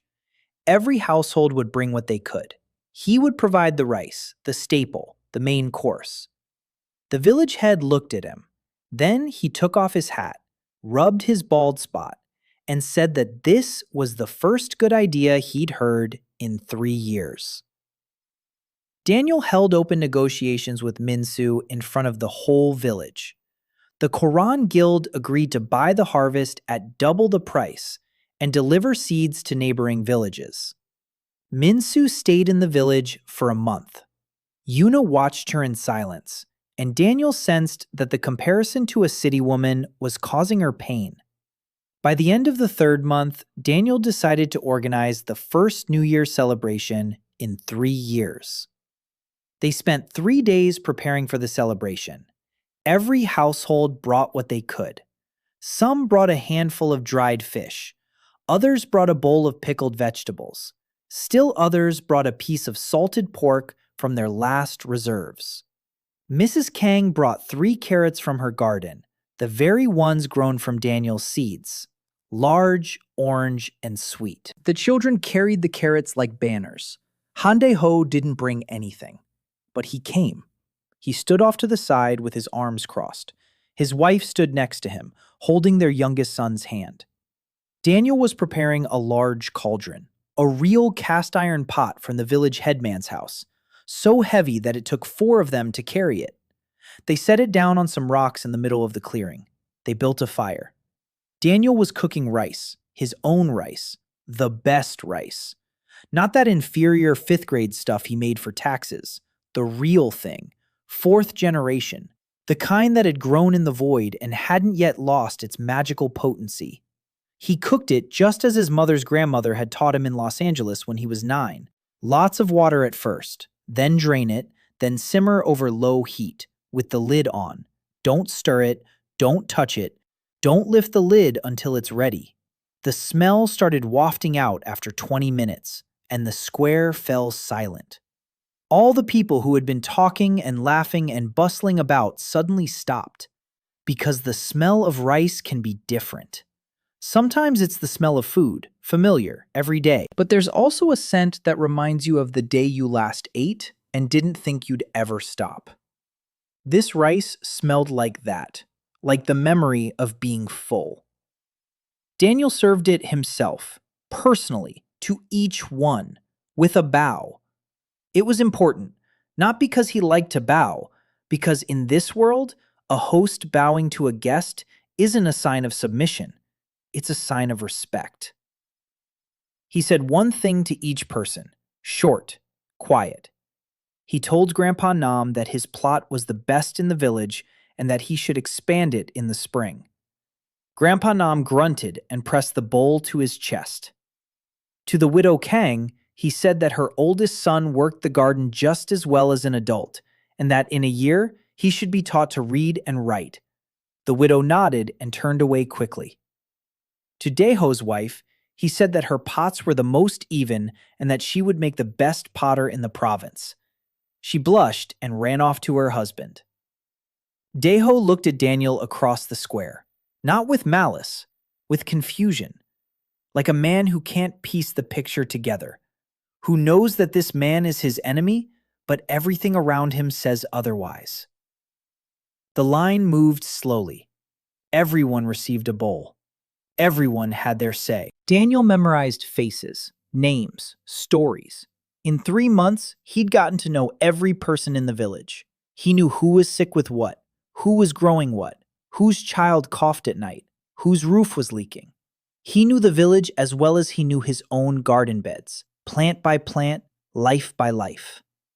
The line reached Grandma Cho, the oldest woman in the village. No one knew exactly how old she was, 70, 80, maybe older. Small, thin, hunchbacked. She walked with a cane and spoke in a whisper because her voice had long since failed her. For the past 2 years, she had been eating boiled quinoa, grass, because the rice had run out long ago, and she didn't know how to ask for more. Pride. That very pride that gives nothing away, even when there's nothing left to lose. Daniel took a bowl, filled it with rice, placed a piece of meat and a spoonful of vegetables on top. Then he did something he'd never done for anyone else. He knelt down in front of her, right on the ground, on the stones of the square. He placed the bowl in her palms, gently, as one would place something fragile. And he said quietly, "Grandma Cho, I'm sorry it's so late." The square fell silent, completely. Even the children. Grandma Cho looked into the bowl, then at him, then back into the bowl. Her hands were trembling. The bowl swayed in her palms, and Daniel held it from below so it wouldn't spill.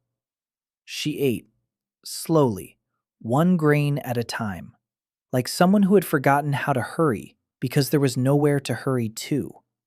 She ate, and food dripped down her face, but she didn't wipe it away because both her hands were holding the bowl. Yuna stood behind him, 3 steps behind him. He couldn't see her, but he could hear her. He could hear her breathing, short, ragged breaths, like someone holding something inside and not letting it escape. The village head took off his hat. He stood bareheaded and watched. Min-soo stood by the wall of the village head's house, a cup of tea in her hands. The tea had gone cold. She'd forgotten about it. For the first time in her life, Cho Min-soo had forgotten to calculate, forgotten to evaluate, forgotten to see it as an opportunity. She was looking at it as a human being, simply as a human being. After Grandmother Cho, he handed it out to the others. Then he sat down on the step. He was tired. Jung-ho's body was still weak. 3 months of work had strengthened him, but he was still far from normal. Hana sat down next to him. She handed him a bowl. He didn't notice that he hadn't saved any for himself. Hana noticed. She always noticed. He took the bowl. He began to eat. The rice was warm and soft and smelled of that same scent he sensed every time in the space, but which was even better out here, because outside there were people all around. Hana chewed her rice and swung her legs. She asked if it was true that rice could taste better if you cooked it with love. She'd heard that somewhere. Daniel thought for a moment. He said, not with love, with care. When you watch the fire and don't overcook it or undercook it. When you know your rice, every single grain, then it tastes better. Hana nodded. She jotted something down in her notebook. In the evening, when the square had emptied, the dishes were washed, and the fire had gone out, Daniel sat alone on the steps, gazing at the stars. The stars in this world were bright. No city lights, no smog. Each star was like a dot on black paper, thousands of dots. He heard footsteps. Yuna. She came out of the house. She approached. She stopped beside him. She didn't sit down. She stood there. He didn't turn around. He waited. She was silent for a long time. A minute. 2. Then she spoke. Quietly. So quietly that he could barely hear her. She said that after dinner, Grandma Cho had fallen asleep without a moan for the first time in 2 years. Usually she moans in her sleep because her stomach hurts from eating quinoa. Today, she was quiet. Daniel nodded. Yuna was silent for a moment longer. Then she said something else. That she didn't know who he was. That the man she'd married didn't know how to cook rice. Didn't know how to talk to people like that. Didn't know how to kneel before an old woman and feel no shame. That she didn't know what had happened. But whatever had happened, she said she was glad. Then she left. Quickly. She practically ran away. Daniel sat there looking at the stars, his eyes stinging, and he chalked it up to the smoke from the bonfire, even though the fire had long since gone out. The village celebrated New Year's for the first time in 3 years. Daniel personally handed out food to everyone with a bow and a kind word. He knelt before Grandma Cho and apologized for being late. For the first time, Min-soo forgot to count the profits. That evening, Yuna told Daniel that she didn't know who he was, but was glad he was there. Winter settled over the village gently but dryly. There was no rain. The well had dropped another 2 palms. The river had narrowed to a stream. But the village did not go hungry. There were enough supplies. The drip irrigation pots were working. Slowly, sparingly, but they were working. Daniel hauled water from the space every night, 20 buckets at a time, sometimes 30. His body ached with exhaustion, but the space was growing. By the end of the 3rd month, it was already 2 hectares. The trigger was working steadily. Every time someone in the village ate his rice while still hungry and in need, the space expanded by a step. He planted every new patch: rice, vegetables, beans, and something new: herbs, medicinal ones, mint for the stomach, chamomile for sleep, ginger root for coughs. Children's coughs were a problem in the village. Cold, dry nights, and weak lungs. Every other child had been coughing since November. He brewed a decoction of ginger and honey. He traded the honey to a traveling merchant for a small bag of beans. The merchant looked at the beans and offered 3 pots of honey instead of 1. Daniel took 2. He left the 3rd with the merchant and said it was for delivery. The merchant watched him walk away with the look of someone who didn't understand what had just happened. The tea worked. Not like medicine, more like a comfort. The ginger warmed the throat. The honey soothed. The mint calmed. Within a week, the coughs had subsided in 3 out of 5 children. Mrs. Khan came to him and bowed. He told her there was no need to bow. She nodded, but her eyes were wet. Minsu watched all of this with a professional interest that gradually turned into something else. She was calculating. It was in her nature to calculate, to evaluate, to weigh things. But around Daniel, her calculations yielded strange results. A man who gave away seeds for free, who fed the elderly for free, who treated children for free. According to every business model she knew, such a man should have gone bankrupt within a month. But he didn't. On the contrary, he was thriving. The village was growing around him like sprouts around his pots of water. And Minsu couldn't understand the mechanics of it. It both infuriated and fascinated her. In the 10th week of her stay, she came to see him one evening. He was sitting by the shed, repairing a rake. She sat down beside him, without a fan. For the first time, without a fan. Her face was open, unmasked. She said she'd written a report to the guild, that she'd recommended a long-term contract. 5 years, exclusive purchasing rights, a fixed price reviewed once a year, the best terms in the province. Daniel nodded. He asked one thing. He asked what she'd written about him. Minsu paused. Then she said she'd written the truth. That in the village of Pumpkin Ford, there lives a man who understands the land like no one else does. That his methods are mysterious, but his results are undeniable. That he's a threat to anyone who profits from others' hunger.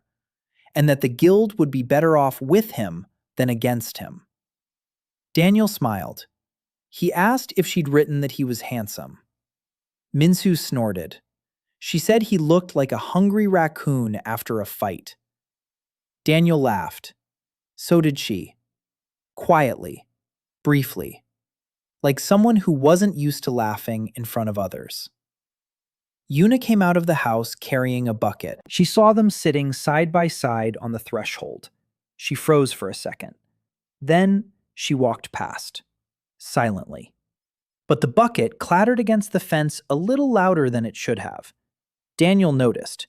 Minso did too. They exchanged glances. Minso raised an eyebrow. Daniel shook his head. Not now. The 4th month brought the first guests. Not merchants, not officials. People. A family from the neighboring village of Sukhoi Log. A man, a woman, 2 children. They came on foot, a 2-day journey. The man carried a sack of belongings. The woman carried the youngest child.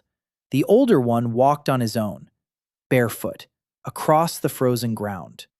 They stood at the village gate and waited. They didn't knock, they didn't shout, they just stood there. The village elder came out. He looked at them. He asked what they wanted. The man said their village was dead. Sukhoi Log had ceased to exist. The well had run dry. The tax collectors had taken the last sack of grain. Those who could leave had left. Those who couldn't had stayed behind. They had heard there was food in Tikveni Broad. They'd been walking for 2 days. The children hadn't eaten in a day. The village elder looked at Daniel. Daniel was standing by the well. He'd heard everything. He walked over. He looked at the man, at the woman, at the baby in her arms, at the older boy with bare feet and chapped lips. He turned to Yuna, who was standing by the fence. She was looking at him, waiting. He said one word. "Feed them," he said. Yuna didn't answer. She turned and went into the house. 10 minutes later, she came out with a pot of porridge and 4 bowls. She set them down on the ground right in front of the family by the gate. The woman holding the baby sank to her knees. She began to eat with one hand. With the other, she held the child. The child woke up from the smell. He began to cry. She fed him porridge from her finger, drop by drop. The older boy ate quickly and greedily and choked. The man ate last. Daniel watched. Something inside him tightened and relaxed, like a fist, like a heart. He turned away and walked toward the shed. He needed some space, right now. More seeds, more rice, more of everything. Over the next 2 weeks, 3 more families arrived, from different villages, all with the same story. The village had died. The collector had taken the last of it. Nowhere left to go. They'd heard of Pumpkin Ford. Daniel didn't turn anyone away, but he set a condition. Work. Everyone who comes gets food, shelter, and seeds. In return, they work the communal field, not for Daniel, but for the village. The village elder had his doubts. 4 new families meant 16 extra mouths to feed. The well was already running dry. Supplies weren't endless. He told Daniel this straight out. At night.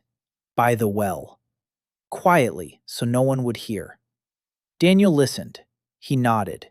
Then he said that every new mouth to feed meant 2 more hands. That 4 families meant 8 workers. That if they were given land and seeds, in a month they'd be a pillar of strength, not a burden. The village head shook his head. He said that doesn't happen. That he's been running the village for 30 years and knows better. Every new mouth to feed is a problem. Daniel was silent for a moment. Then he asked quietly. He asked, what if they didn't take them in? What if they sent them back? Where? Where would they go? What would happen to the children? To the woman feeding her baby porridge from her finger? What would happen in a week? In a month? The village head was silent for a long time. Then he took off his hat, he rubbed his bald spot, and said that Daniel wasn't playing fair. That he knew the old man's weak spot and was hitting him there. Daniel said that wasn't a weak spot. It was his greatest strength. The village head put on his hat. He nodded and walked away. The refugees stayed. Daniel assigned them plots in the distant field across the river. He gave them seeds. He showed them how to plant, how to make pots, how to water. The man from Sukhoi Log worked for 2, silently, fiercely, like a man who'd been given a second chance and was clinging to it with all his might. His wife was shaping pots next to Yuna. They didn't speak, but they worked side by side. And on the 3rd day, the woman from Sukhoi Log turned to Yuna and said quietly that her porridge had saved their lives. Yuna didn't answer, but Daniel saw her shoulder blades tremble, as if someone had plucked a string that had long been silent. By the end of the 4th month, the village had grown by 4 households, 22 now, and for the first time in 3 years, Tikvennoi Broad began to grow rather than die. In the winter, Daniel supplied the village with water from the void and treated the children with herbal decoctions. Minsu sent a recommendation to the guild for a long-term contract. Refugees from the neighboring villages that had perished began arriving at the village. Daniel accepted 4 families on the condition that they work. The village head had his doubts, but agreed. The village grew to 22 households. The 5th month began with fire. Daniel woke up to a cry, not a human one, but a rooster's. The village headman's rooster was crowing at the wrong time, in the middle of the night. He jumped out of bed and ran out of the house. The sky above the distant field across the river was orange. It was on fire. The dry grass in the field burst into flames all at once. Too evenly, too simultaneously. This was no accidental fire. He ran. Yuna followed him. Hana followed her. Half the village was running. The fire was spreading in a strip from the eastern edge of the field to the western edge, exactly along the planting rows, right through the very plots he'd set aside for the refugees. The dry grass between the rows caught fire instantly. The seedlings were burning. 3 weeks' worth of work by 4 families was going up in flames. Daniel wasn't thinking. His body moved on its own. He was shouting orders. Someone was hauling water. Someone was beating the flames with rags. Someone was digging a trench to cut off the flames from the main fields. Yuna was working nearby, silently, without panic. She'd grab a bucket and run to the river, then come back, pour it out, and run again, over and over, like a machine. Hana was carrying wet rags. Grandpa Nam dug the trench with one eye and the fury of an old man who had nothing to lose. Even Hande Ho was there. He beat at the fire with a plank, silently, without a word. When a fire rages, there's no room for pride. They put it out by dawn. The distant field was black, charred earth, charred sprouts, 3 weeks of work. The smell of smoke hung over the village all day. Daniel stood at the edge of the field and watched. A man from Sukhoi Log stood beside him. His face was soot-stained. His hands were scorched. He said nothing. His wife sat on the ground behind him, holding their youngest child in her arms and rocking back and forth. She wasn't crying. She was just rocking. Daniel crouched down in front of her. He told her they'd replant, that he had seeds, that in 2 weeks there would be new sprouts. She looked at him, with empty eyes. She nodded. She didn't believe him. He stood up. He went to look around. He found what he was looking for. On the eastern edge of the field, traces, 3 pairs, heavy boots, not farmer's boots, and next to them, an oily stain in the grass, a flammable mixture. Someone had come during the night, spilled the oil, set it on fire, and left. 3 pairs of boots, 3 guards.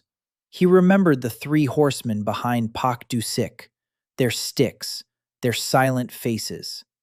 He showed the footprints to the village headman. The headman looked, took off his hat, put it back on. Said this wasn't the first time. That 5 years ago, the village of Stone Creek in the neighboring county had refused to sell land to the Pak clan. That night, their granary burned down, with all the grain inside. A month later, the village was sold off to pay off debts. Pak Du-sik, his method, his style. Don't kill, don't beat, burn. Take away whatever gives people hope, and wait until they break on their own. Daniel stood there listening, and something inside him was changing. Not anger. Anger is hot.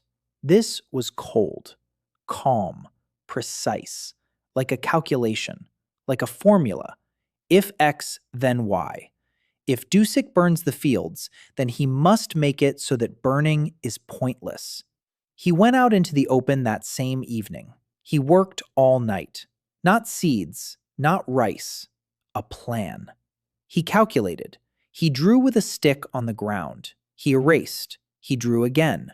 By morning, the plan was ready. He went out and headed for Min-soo's house. She lived in a house on the edge of the village. She hadn't been sleeping. She was sitting at the table, writing a report by candlelight. She saw him. She raised an eyebrow. He sat down across from her, and he told her, not everything, but enough. He told her that Dusik would keep burning, that one village wouldn't be enough to hold out, that he needed a guild, not for trade, for communication. He needed to send seeds to every village still standing within a 3-day journey, for free, no strings attached, with just one request. If things go wrong in Pumpkin Ford, come to us. Minsu listened. The fan lay on the table. She didn't touch it. When he finished, she was silent for a minute. Then she asked if he understood what he was doing. He was giving away his only advantage, his seeds, to people from whom he could demand nothing in return. No contract, no guarantees. If they didn't come, he'd lose everything. Daniel nodded. He said he understood. Minsu looked at him for a long time. Then she picked up the fan. She folded it, put it back, and said she was a fool for helping him. The seeds were sent off 3 days later with the Kuan Guild's caravan, 12 little bags, to 12 villages.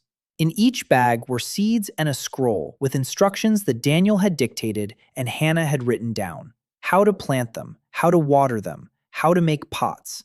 Simple, clear, no unnecessary words. Yuna found out about the seeds from Hannah. She came to Daniel. She stood in the doorway. Her face was set. He could see her struggling with herself. She wanted to say that he was giving away their future, that the seeds were all they had, that he had no right to decide for the village. But she didn't say it, because she saw the tracks. She saw the black field. She saw the woman from Sukhoi Log swaying with a child in her arms. And she understood that Daniel was right. That one village against a clan is nothing. But 12 villages? That's something. She didn't say a word. She turned around, she left. But that evening she set a bowl in front of him, full, with meat, with vegetables, with a hard-boiled egg. It wasn't just a meal. It was a reward for the right decision. He ate and thought that Yuna spoke through food better than through words. That every bowl was a sentence. Liquid porridge meant, I tolerate you. Rice with radish meant, I'm watching you. A full bowl of meat means you did the right thing. He was learning to read her language, slowly, one dish at a time. A week later, a reply arrived from the village of Willowford, a 3-hour journey south. They had planted the seeds. The sprouts had broken through. The village head of Willowford sent a small bag of dried fish as a gift, along with a note. The note contained a single word: thank you. 2 weeks later, 4 more villages replied. By the end of the 5th month, 7 out of 12 villages had confirmed that the seeds were working. Paktu 6 men set fire to the distant field at night, destroying 3 weeks' worth of work by the refugees. Daniel found evidence of arson and realized that a single village could not stand alone. Through the Huaran Guild, he sent seeds to 12 neighboring villages without any conditions. Yuna did not voice her approval, but accepted the decision. 7 villages reported that the seeds were working. The 6th month brought a guest no one was expecting. She arrived at night, alone, in tattered traveling clothes, with a canvas bag slung over her shoulder. Thin, pale, with eyes that darted around like those of a beast released from its cage. Quickly, warily, ready to run at any moment. She knocked, not on the village headman's door, but on Daniel's. Yuna opened the door. She saw the girl standing on the threshold. The girl spoke a single sentence. She said she was looking for a man who grows rice that doesn't exist. Yuna called for Daniel. He came out. He looked at the visitor. Young, about 22. Her hands were slender but well manicured, not a peasant's hands. There was no dirt under her fingernails. Something green, grass juice. She introduced herself. Kim Ari, a former student of the Imperial Garden. Daniel didn't know what the Imperial Garden was, but from the way Yuna took a step back and how her fingers turned white against the doorframe, he realized this was something serious. Yuna led her into the house, in silence. She fed her porridge with vegetables. Kimari ate slowly, neatly, like someone accustomed to eating gracefully even when starving to the point of fainting. Then she spoke, quietly, almost in a whisper, every word carefully chosen. She explained that the Imperial Garden wasn't a garden at all. It was a school. They trained herbalists there for the court. Officially, they were gardeners. They grew medicinal plants for the imperial family. Unofficially, they were taught something else. Poisons, formulas, dosages. How to poison someone so it looks like an illness. How to kill slowly, how to kill quickly. They aren't herbalists. They are weapons. Beautiful, silent weapons in the hands of court factions. Ari was one of the best. She knew 240 plants. She could identify any herb by its scent and texture. She could cure a fever. She could induce a fever. 2 years ago, she was given an order to poison a child, a 5-year-old boy, the heir to a rival court faction. Not to kill him, but to weaken him, to make him chronically ill so he wouldn't live to see adulthood. She spent 3 days preparing the concoction. On the 4th day, she left. At night. Through the wall. With no belongings, no money, no name. For 2 years, she wandered through the provinces, hiding, starving, treating villagers in exchange for food, and leaving before they started asking questions. Until she heard about the rice from Pumpkin Ford, and about the man who grows it. She said she'd come because she'd recognized something in his seeds, not from descriptions, from the results, from what people in neighboring villages had said. Rice that grows in dry soil, vegetables sweeter than usual, carrots that stop children from getting sick. She said plants like that don't happen by chance, that there's a hand behind them. Not just any hand, a hand that knows seeds the way the keepers did. She uttered that word, and Daniel felt a chill run down his spine.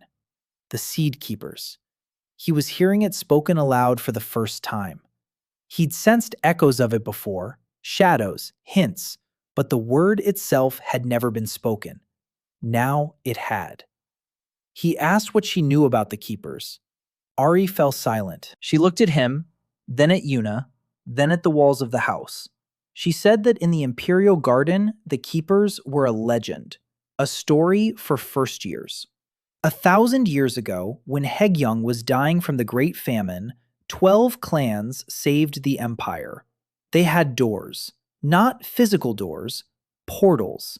Each clan could grow what wouldn't grow, feed those who were dying. They saved millions. And then the Imperial dynasty wiped them out. Because whoever feeds the empire is stronger than whoever rules it. The 12 clans were destroyed, their lands were burned, their knowledge was erased. Or so it was believed. Ari said there was one book in the garden, an old one, a forbidden one. It contained drawings of the plants the keepers had grown, and those drawings matched exactly what was growing in Pumpkin Ford. Exactly. Daniel was silent for a long time. Yuna sat beside him and listened, her face revealing that she was discovering something new. Not fear, not surprise. Recognition. A quiet, slow recognition. As if a box inside her, one that had been locked away her whole life, was opening. Then Yuna spoke. For the first time all evening. She said that before he died, her grandfather had told her one thing. He said that their yard stood on special ground, that the earth remembers, that someone would come who would awaken it. She'd thought the old man was rambling. He was dying. People say strange things before they die. Now she wasn't so sure. Daniel looked at Yuna. Yuna looked at her hands, chapped, with clay under her fingernails. The hands of the last of a lineage she knew nothing about. He made a decision. Not everything, but part of it. He told Ari that she could stay, that there were sick children in the village who needed an herbalist, not a poisoner, that he would give her a plot of land for medicinal herbs, that no one would ask about her past. Ari looked at him. Her eyes sparkled. She lowered her head. She nodded. And for the first time in 2 years, she stayed in one place longer than a single night. She started working the next day, quietly, methodically, without unnecessary words. She knew the plants as well as Daniel knew the soil, on a level he couldn't explain. She would touch a leaf and know everything: its composition, properties, uses, dosage, and dangers. She was his mirror image. He understood the earth, she understood what grew from it. Together, they were something this world hadn't seen in a very long time. Daniel gave her seeds of medicinal herbs from outer space. He didn't explain where they came from. She didn't ask. She simply accepted them. Planted them, grew them. A week later, she had a small medicinal garden. 2 weeks later, she was treating coughs, fevers, colic, and burns. Children came to her in flocks. At first, they were afraid. Then they got used to her. Then they started calling her Auntie Ari. The third time a child recovered, Daniel came to see her in the evening. She was sitting by her garden, writing something down on a scroll. He said quietly, "Little Chun-U ran off. Thank you." Ari looked up. She looked at him, and she laughed. Quietly, briefly, like a cough or like a sob. She didn't know herself. Kim Ari, a fugitive herbalist from the Imperial Garden, had come to the village. She told them about the Seed Keepers and how the Imperial dynasty had wiped out 12 clans 1,000 years ago. Yuna recalled her grandfather's words about how the land in their courtyard was special. Daniel welcomed Ari and entrusted her with medicinal herbs for the village children. The 8th month. The first direct confrontation. Pak Du-sik had returned. He wasn't alone. He was accompanied by 20 men, not tax collectors, soldiers. Mercenaries of the Pak clan, clad in leather armor, carrying short swords, and wearing the indifferent expressions of men who are paid for their work, not for their convictions. They arrived at dawn. They lined up at the village gate. Du-sik dismounted. He walked onto the square in front of the village headman's house. He sat down at the table, without an invitation, without tea. The village headman came out. He turned pale, but he stood up straight. Du-sik spoke quietly, politely, as always. He said that reports of illegal trade had reached the clan, that the village of Pumpkin Ford was selling grain directly to the Kavaran Guild, bypassing the Pak clan's monopoly, that this was a violation of the trade code of the province of Sonju, that the punishment for this was the confiscation of land and property and the sale of the villagers into servitude. The village head remained silent. Daniel stood nearby. He too remained silent. Du-sik continued. He said the clan was willing to show mercy. If the village terminated its contract with the guild and returned to the monopoly, the clan would forget about the incident. The tax rate would remain double. And there was one more condition. A man named Yi Jun-ho would leave the village.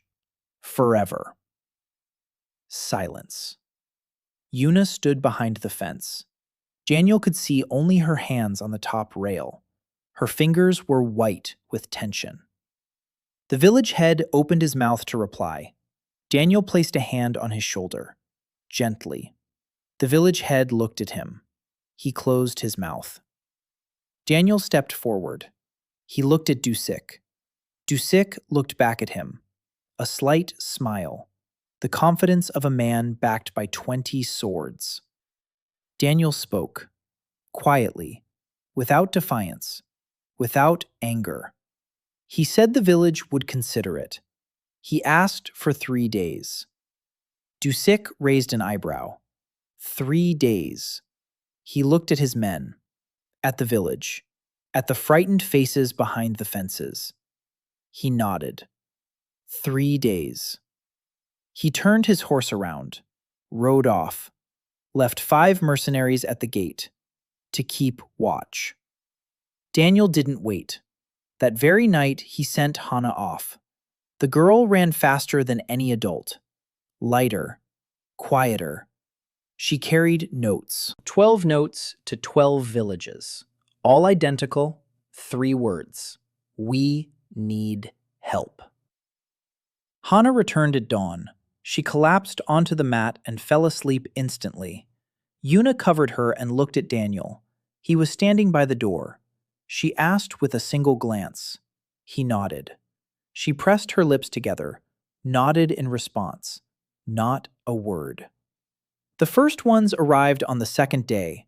The village of Willow Ford, 7 men, with hoes, with rakes, with the faces of people who had received grain as they were dying and had now come to pay. After them came Stone Keys, 5 men and 3 women, then Red Hill, then the 2 rivers. By evening on the second day, people from 9 villages were standing at the gates of Tigvenoi Broad, 42 people, not soldiers, peasants, with hoes, shovels, and pitchforks, facing 20 mercenaries with swords. It wasn't an army, it was a statement. The mercenaries at the gates watched. They exchanged glances. One of them stood up. He walked away. By evening, Dusik returned, with the remaining 15. 20 mercenaries against 42 peasants. The numbers weren't in the peasants' favor. Swords against hoes. But Dusik wasn't looking at the hoes. He was looking at their faces. 42 people from 9 villages who had come in a single night at the call of one man who had given them seeds for free. And now they stood here, ready. Dusik was no fool. He was an effective manager, and he reasoned if he struck now, and even if he won, more would come tomorrow, and the day after tomorrow, because the seeds had already been planted in 12 villages. And if he burned one, the remaining 11 would know he'd come for them too, and they'd unite. Not out of love, out of fear. And united fear is worse than united love. Dusik stood on his horse and watched Daniel, who stood before the crowd of peasants, not at the front, not as a leader, to the side, like an ordinary person. He wasn't even holding a hoe. He was holding a bowl, a clay bowl of rice.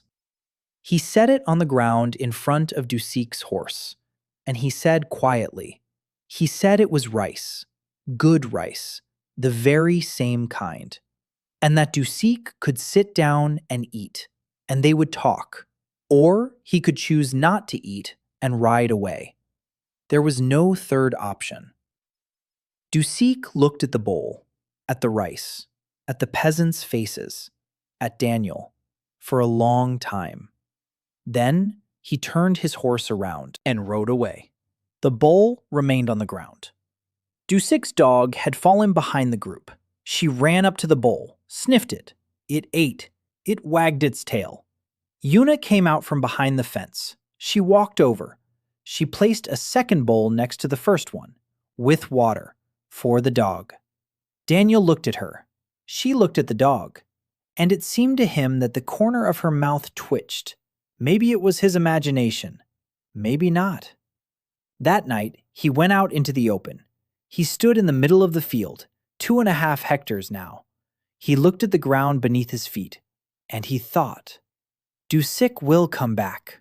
Not tomorrow, not in a month, but he'll come back, with papers, with officials, with the law, because Dusik isn't a fool and understands that this problem can't be solved with swords. So he'll solve it another way. So we need to be prepared in a different way. So we need to grow, faster than Dusik can burn it down. Then Dusik returned with 20 mercenaries and demanded that the contract with the guild be torn up and that Daniel be expelled. Daniel asked for 3 days and sent Hana with notes to 12 villages. 9 villages responded. 42 peasants with hoes stood at the gates. Dusik took stock of the situation and left without engaging in battle. The concept of a village alliance was born that night. A year passed. Pumpkin Ford had become a different place. 32 households, a school, a small market on Thursdays, a warehouse, a workshop, a pottery studio where Daeho's wife made watering pots and sold them to neighboring villages. Daeho himself kept quiet and worked, becoming one of the best farmers in the village. He never thanked Daniel out loud, but every season he left a small sack of the best grain from his plot on Daniel's doorstep. No note, no name. Daniel knew who it was from. Yuna knew. They didn't talk about it. The alliance existed. Not officially, not on paper, but the 12 villages were bound together by shared seeds, shared methods, and a shared memory of the night when 9 of them came to stand with their hoes. Minsu facilitated trade. 3 caravans a month set out from Pumpkin Ford for the provincial capital. Rice, vegetables, Ari herbal mixtures, dried beans, spices, all at the prices set by the Kawan Guild, without the Pot clan as middlemen. Dusik filed a complaint with the governor, an official one, on 3 scrolls: illegal trade, undermining the monopoly, tax evasion. Daniel knew this was coming. He was prepared. He asked Minsu to get a copy of the province's trade code. She got it within a week. He read it for 3 nights. In a space where time moved more slowly, he found a loophole, a small one, an old one, a forgotten one. Article 74, paragraph 3. Communities with the status of a self-sufficient union have the right to direct trade if the union's aggregate tax has been paid in full and on time. A self-sufficient union. The law was written 200 years ago, back when such unions existed. Then the clans destroyed them. But the law remained. No one bothered to repeal it. Daniel gathered the elders of the 12 villages. The meeting took place in Pumpkin Ford, on the square in front of the elders' house. 12 elders sat at a single table. Minsu stood nearby with papers and ledgers. Ari sat in the corner taking notes. Hana served tea. Yuna stood by the door and listened. Daniel spoke, briefly, to the point. He proposed forming an official union, 12 villages, a common tax, common warehouses, common trade, by law, legally. So no Dusik could find fault with it.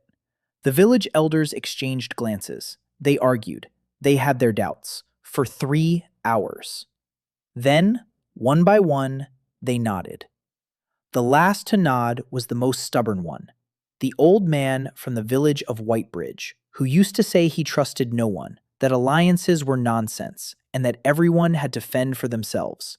He nodded because his grandson had stopped coughing after drinking Ari's herbal tea, and because his field had yielded a harvest for the first time in 4 years, thanks to Daniel's seeds, and because he was old and stubborn, but not stupid. Minsu drafted the document. All 12 affixed their seals. They sent it to the governor, officially, according to the law. Dusik found out a week later. Daniel knew because the smell of burning was in the air again behind the village that night. Someone had set fire to a haystack in the distant field. A petty act, malicious, powerless, like a slap in the face from a loser. Basoni put it out in 10 minutes. She'd been living in the village since she was 5 months old, the blacksmith's widow from the neighboring village, tall, broad-shouldered, with scorched forearms and 2 children. She became the head of infrastructure. She repaired, she built, she organized. She commanded the men who both feared and respected her.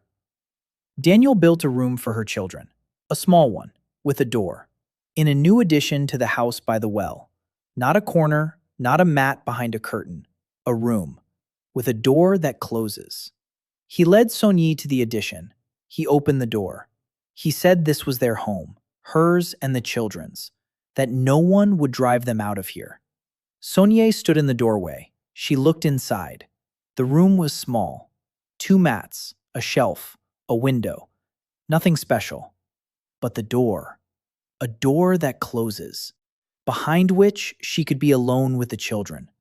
behind which no one would enter without knocking.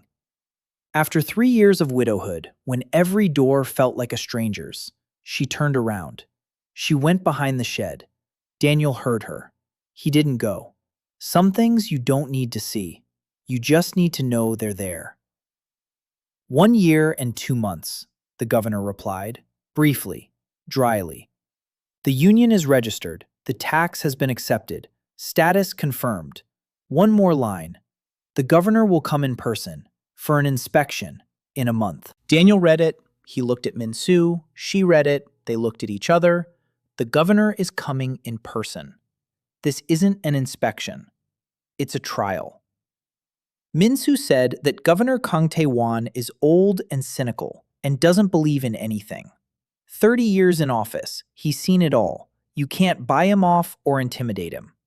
The only thing he respects is results, facts, things that can't be disputed. Daniel nodded. He said he had a fact. 12 villages that aren't starving in the 4th year of drought. That's a fact that can't be disputed. They spent a month preparing. Daniel worked in the space every night. 3 hectares now. Rice, vegetables, herbs, beans. He grew the best he could. Not for show, for the truth. The best 4th-generation rice. The very same one. No deterioration. No pretense. It was time to show it off. Over the course of a year, Pumpkin Ford had grown to 32 households. Daniel found a clause in the old law regarding a self-sufficient union and officially united 12 villages. Baeson Yi got a room with a door for her children. The governor confirmed the union status and announced a personal visit. Governor Kang Tae-wan arrived at the beginning of the 2nd spring. A carriage, 4 mounted guards, a clerk on a mule carrying 3 scrolls and wearing a sour expression. Tae-wan stepped out of the carriage and looked around. An elderly man, gray-haired. His face was like dried clay. His eyes were like 2 pebbles in deep sockets. He had expected to see a village, one that was dying or pretending to be alive. Instead, he saw children. They were standing at the edge of the village. 23 children, clean, well-dressed, not thin. They were singing. A song Ari had written, a simple one, about rice that grows when spoken to kindly. A silly children's song. Each child held a small clay pot in their hands. In each pot, a rice sprout was growing, green, strong, with a glossy sheen. Tae-wan stopped. He watched. The scribe behind him stopped rustling the scrolls. The guards exchanged glances. The children finished singing. They stood and looked at the old man with the stony face. The youngest daughter of the widow Kang stepped forward, 5 years old. She held out the pot with the sprout. She said the one phrase that Hana had taught her that morning. She said it was a gift and that the sprout needed to be watered every day. Taven bent down. He took the pot. He looked at the sprout, at the girl, at the village behind her. He straightened up. Daniel was standing behind the children, not in front, not in the center, behind them, like an ordinary peasant, in simple clothes, with his hands in the dirt. Taevan looked at him for a long time. Then he stepped forward, past the village head, past Minsu, who had prepared the documents, past everyone. He approached Daniel and said one sentence. He said he had come to destroy him, and that he wanted to see why he shouldn't. Daniel didn't answer. He held out his hand. Taevan looked at the hand, rough, calloused, with clay under the fingernails. A hand that 2 years ago had been soft and useless. Daniel took his hand, simply, as one would take a guest's, and led him, not to the barn, not to the fields, into the house. A small mud brick house, so Yuna's courtyard. That very courtyard on special land. Yuna was waiting inside. She had set the table, not a table, a mat on the floor, 2 bowls, 2 spoons, a pot of rice over hot coals. Taevan entered. He looked around. A small room, clean, modest, smelling of clay and smoke and something else. Something that suddenly made the old official, who had eaten in palaces and at receptions and in the finest homes of the province, feel a twinge in his chest. It smelled like home. Not his home, just home.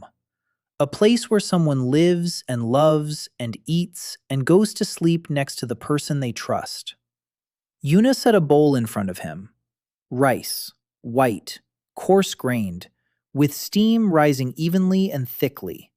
No fuss, no explanations, no speeches, just a bowl of rice. Daniel sat down across from her. Yuna left, quietly, as always. Tevon looked at the bowl. He picked up a spoon, brought it to his mouth. He ate, chewed slowly, stopped, set the spoon down, picked it up again, ate some more, stopped again, set the spoon down next to the bowl. He looked at the rice. For a long time, for a very long time. He was silent.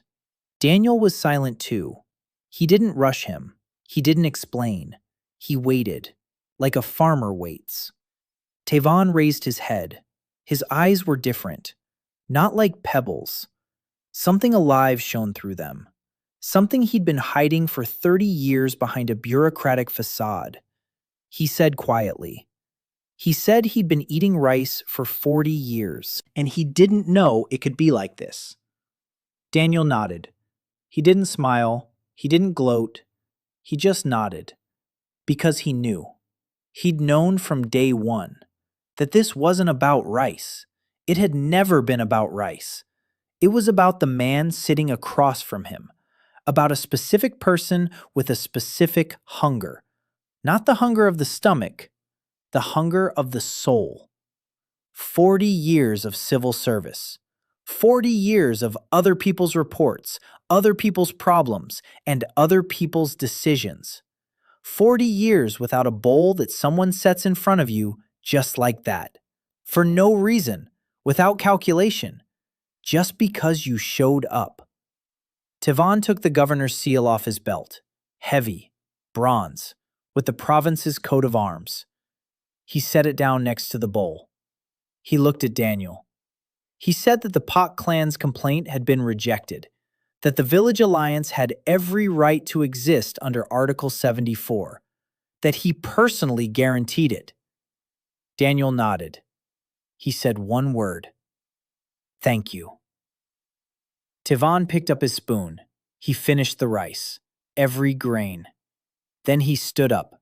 He took the seal. He walked out. He stopped at the threshold. He turned around. He looked at Daniel. He said one more thing. He said that in 6 months, the drought would return, that the court herbalist had already reported this to the emperor, that it would be worse than in previous years, and that if Daniel's alliance survived it, the emperor would find out. And then everything would change, either for Daniel or for the empire or for both. He walked out, got into the carriage, and drove away. Outside the window, the children were singing a second song, the one Hana had written herself, about a carrot that didn't want to grow, but then changed its mind. Yuna entered. Daniel was sitting at the table, an empty bowl in front of him. The seal left a round imprint on the mat. Yuna approached. She stopped beside him. He was sitting, she was standing, quietly. Then she raised her hand, slowly, as if her hand weighed more than her entire body, and she placed her palm on his shoulder. She just placed it there. She didn't squeeze, she didn't stroke it, just her palm on his shoulder. Warm, rough, with calluses and cracks and clay under her fingernails.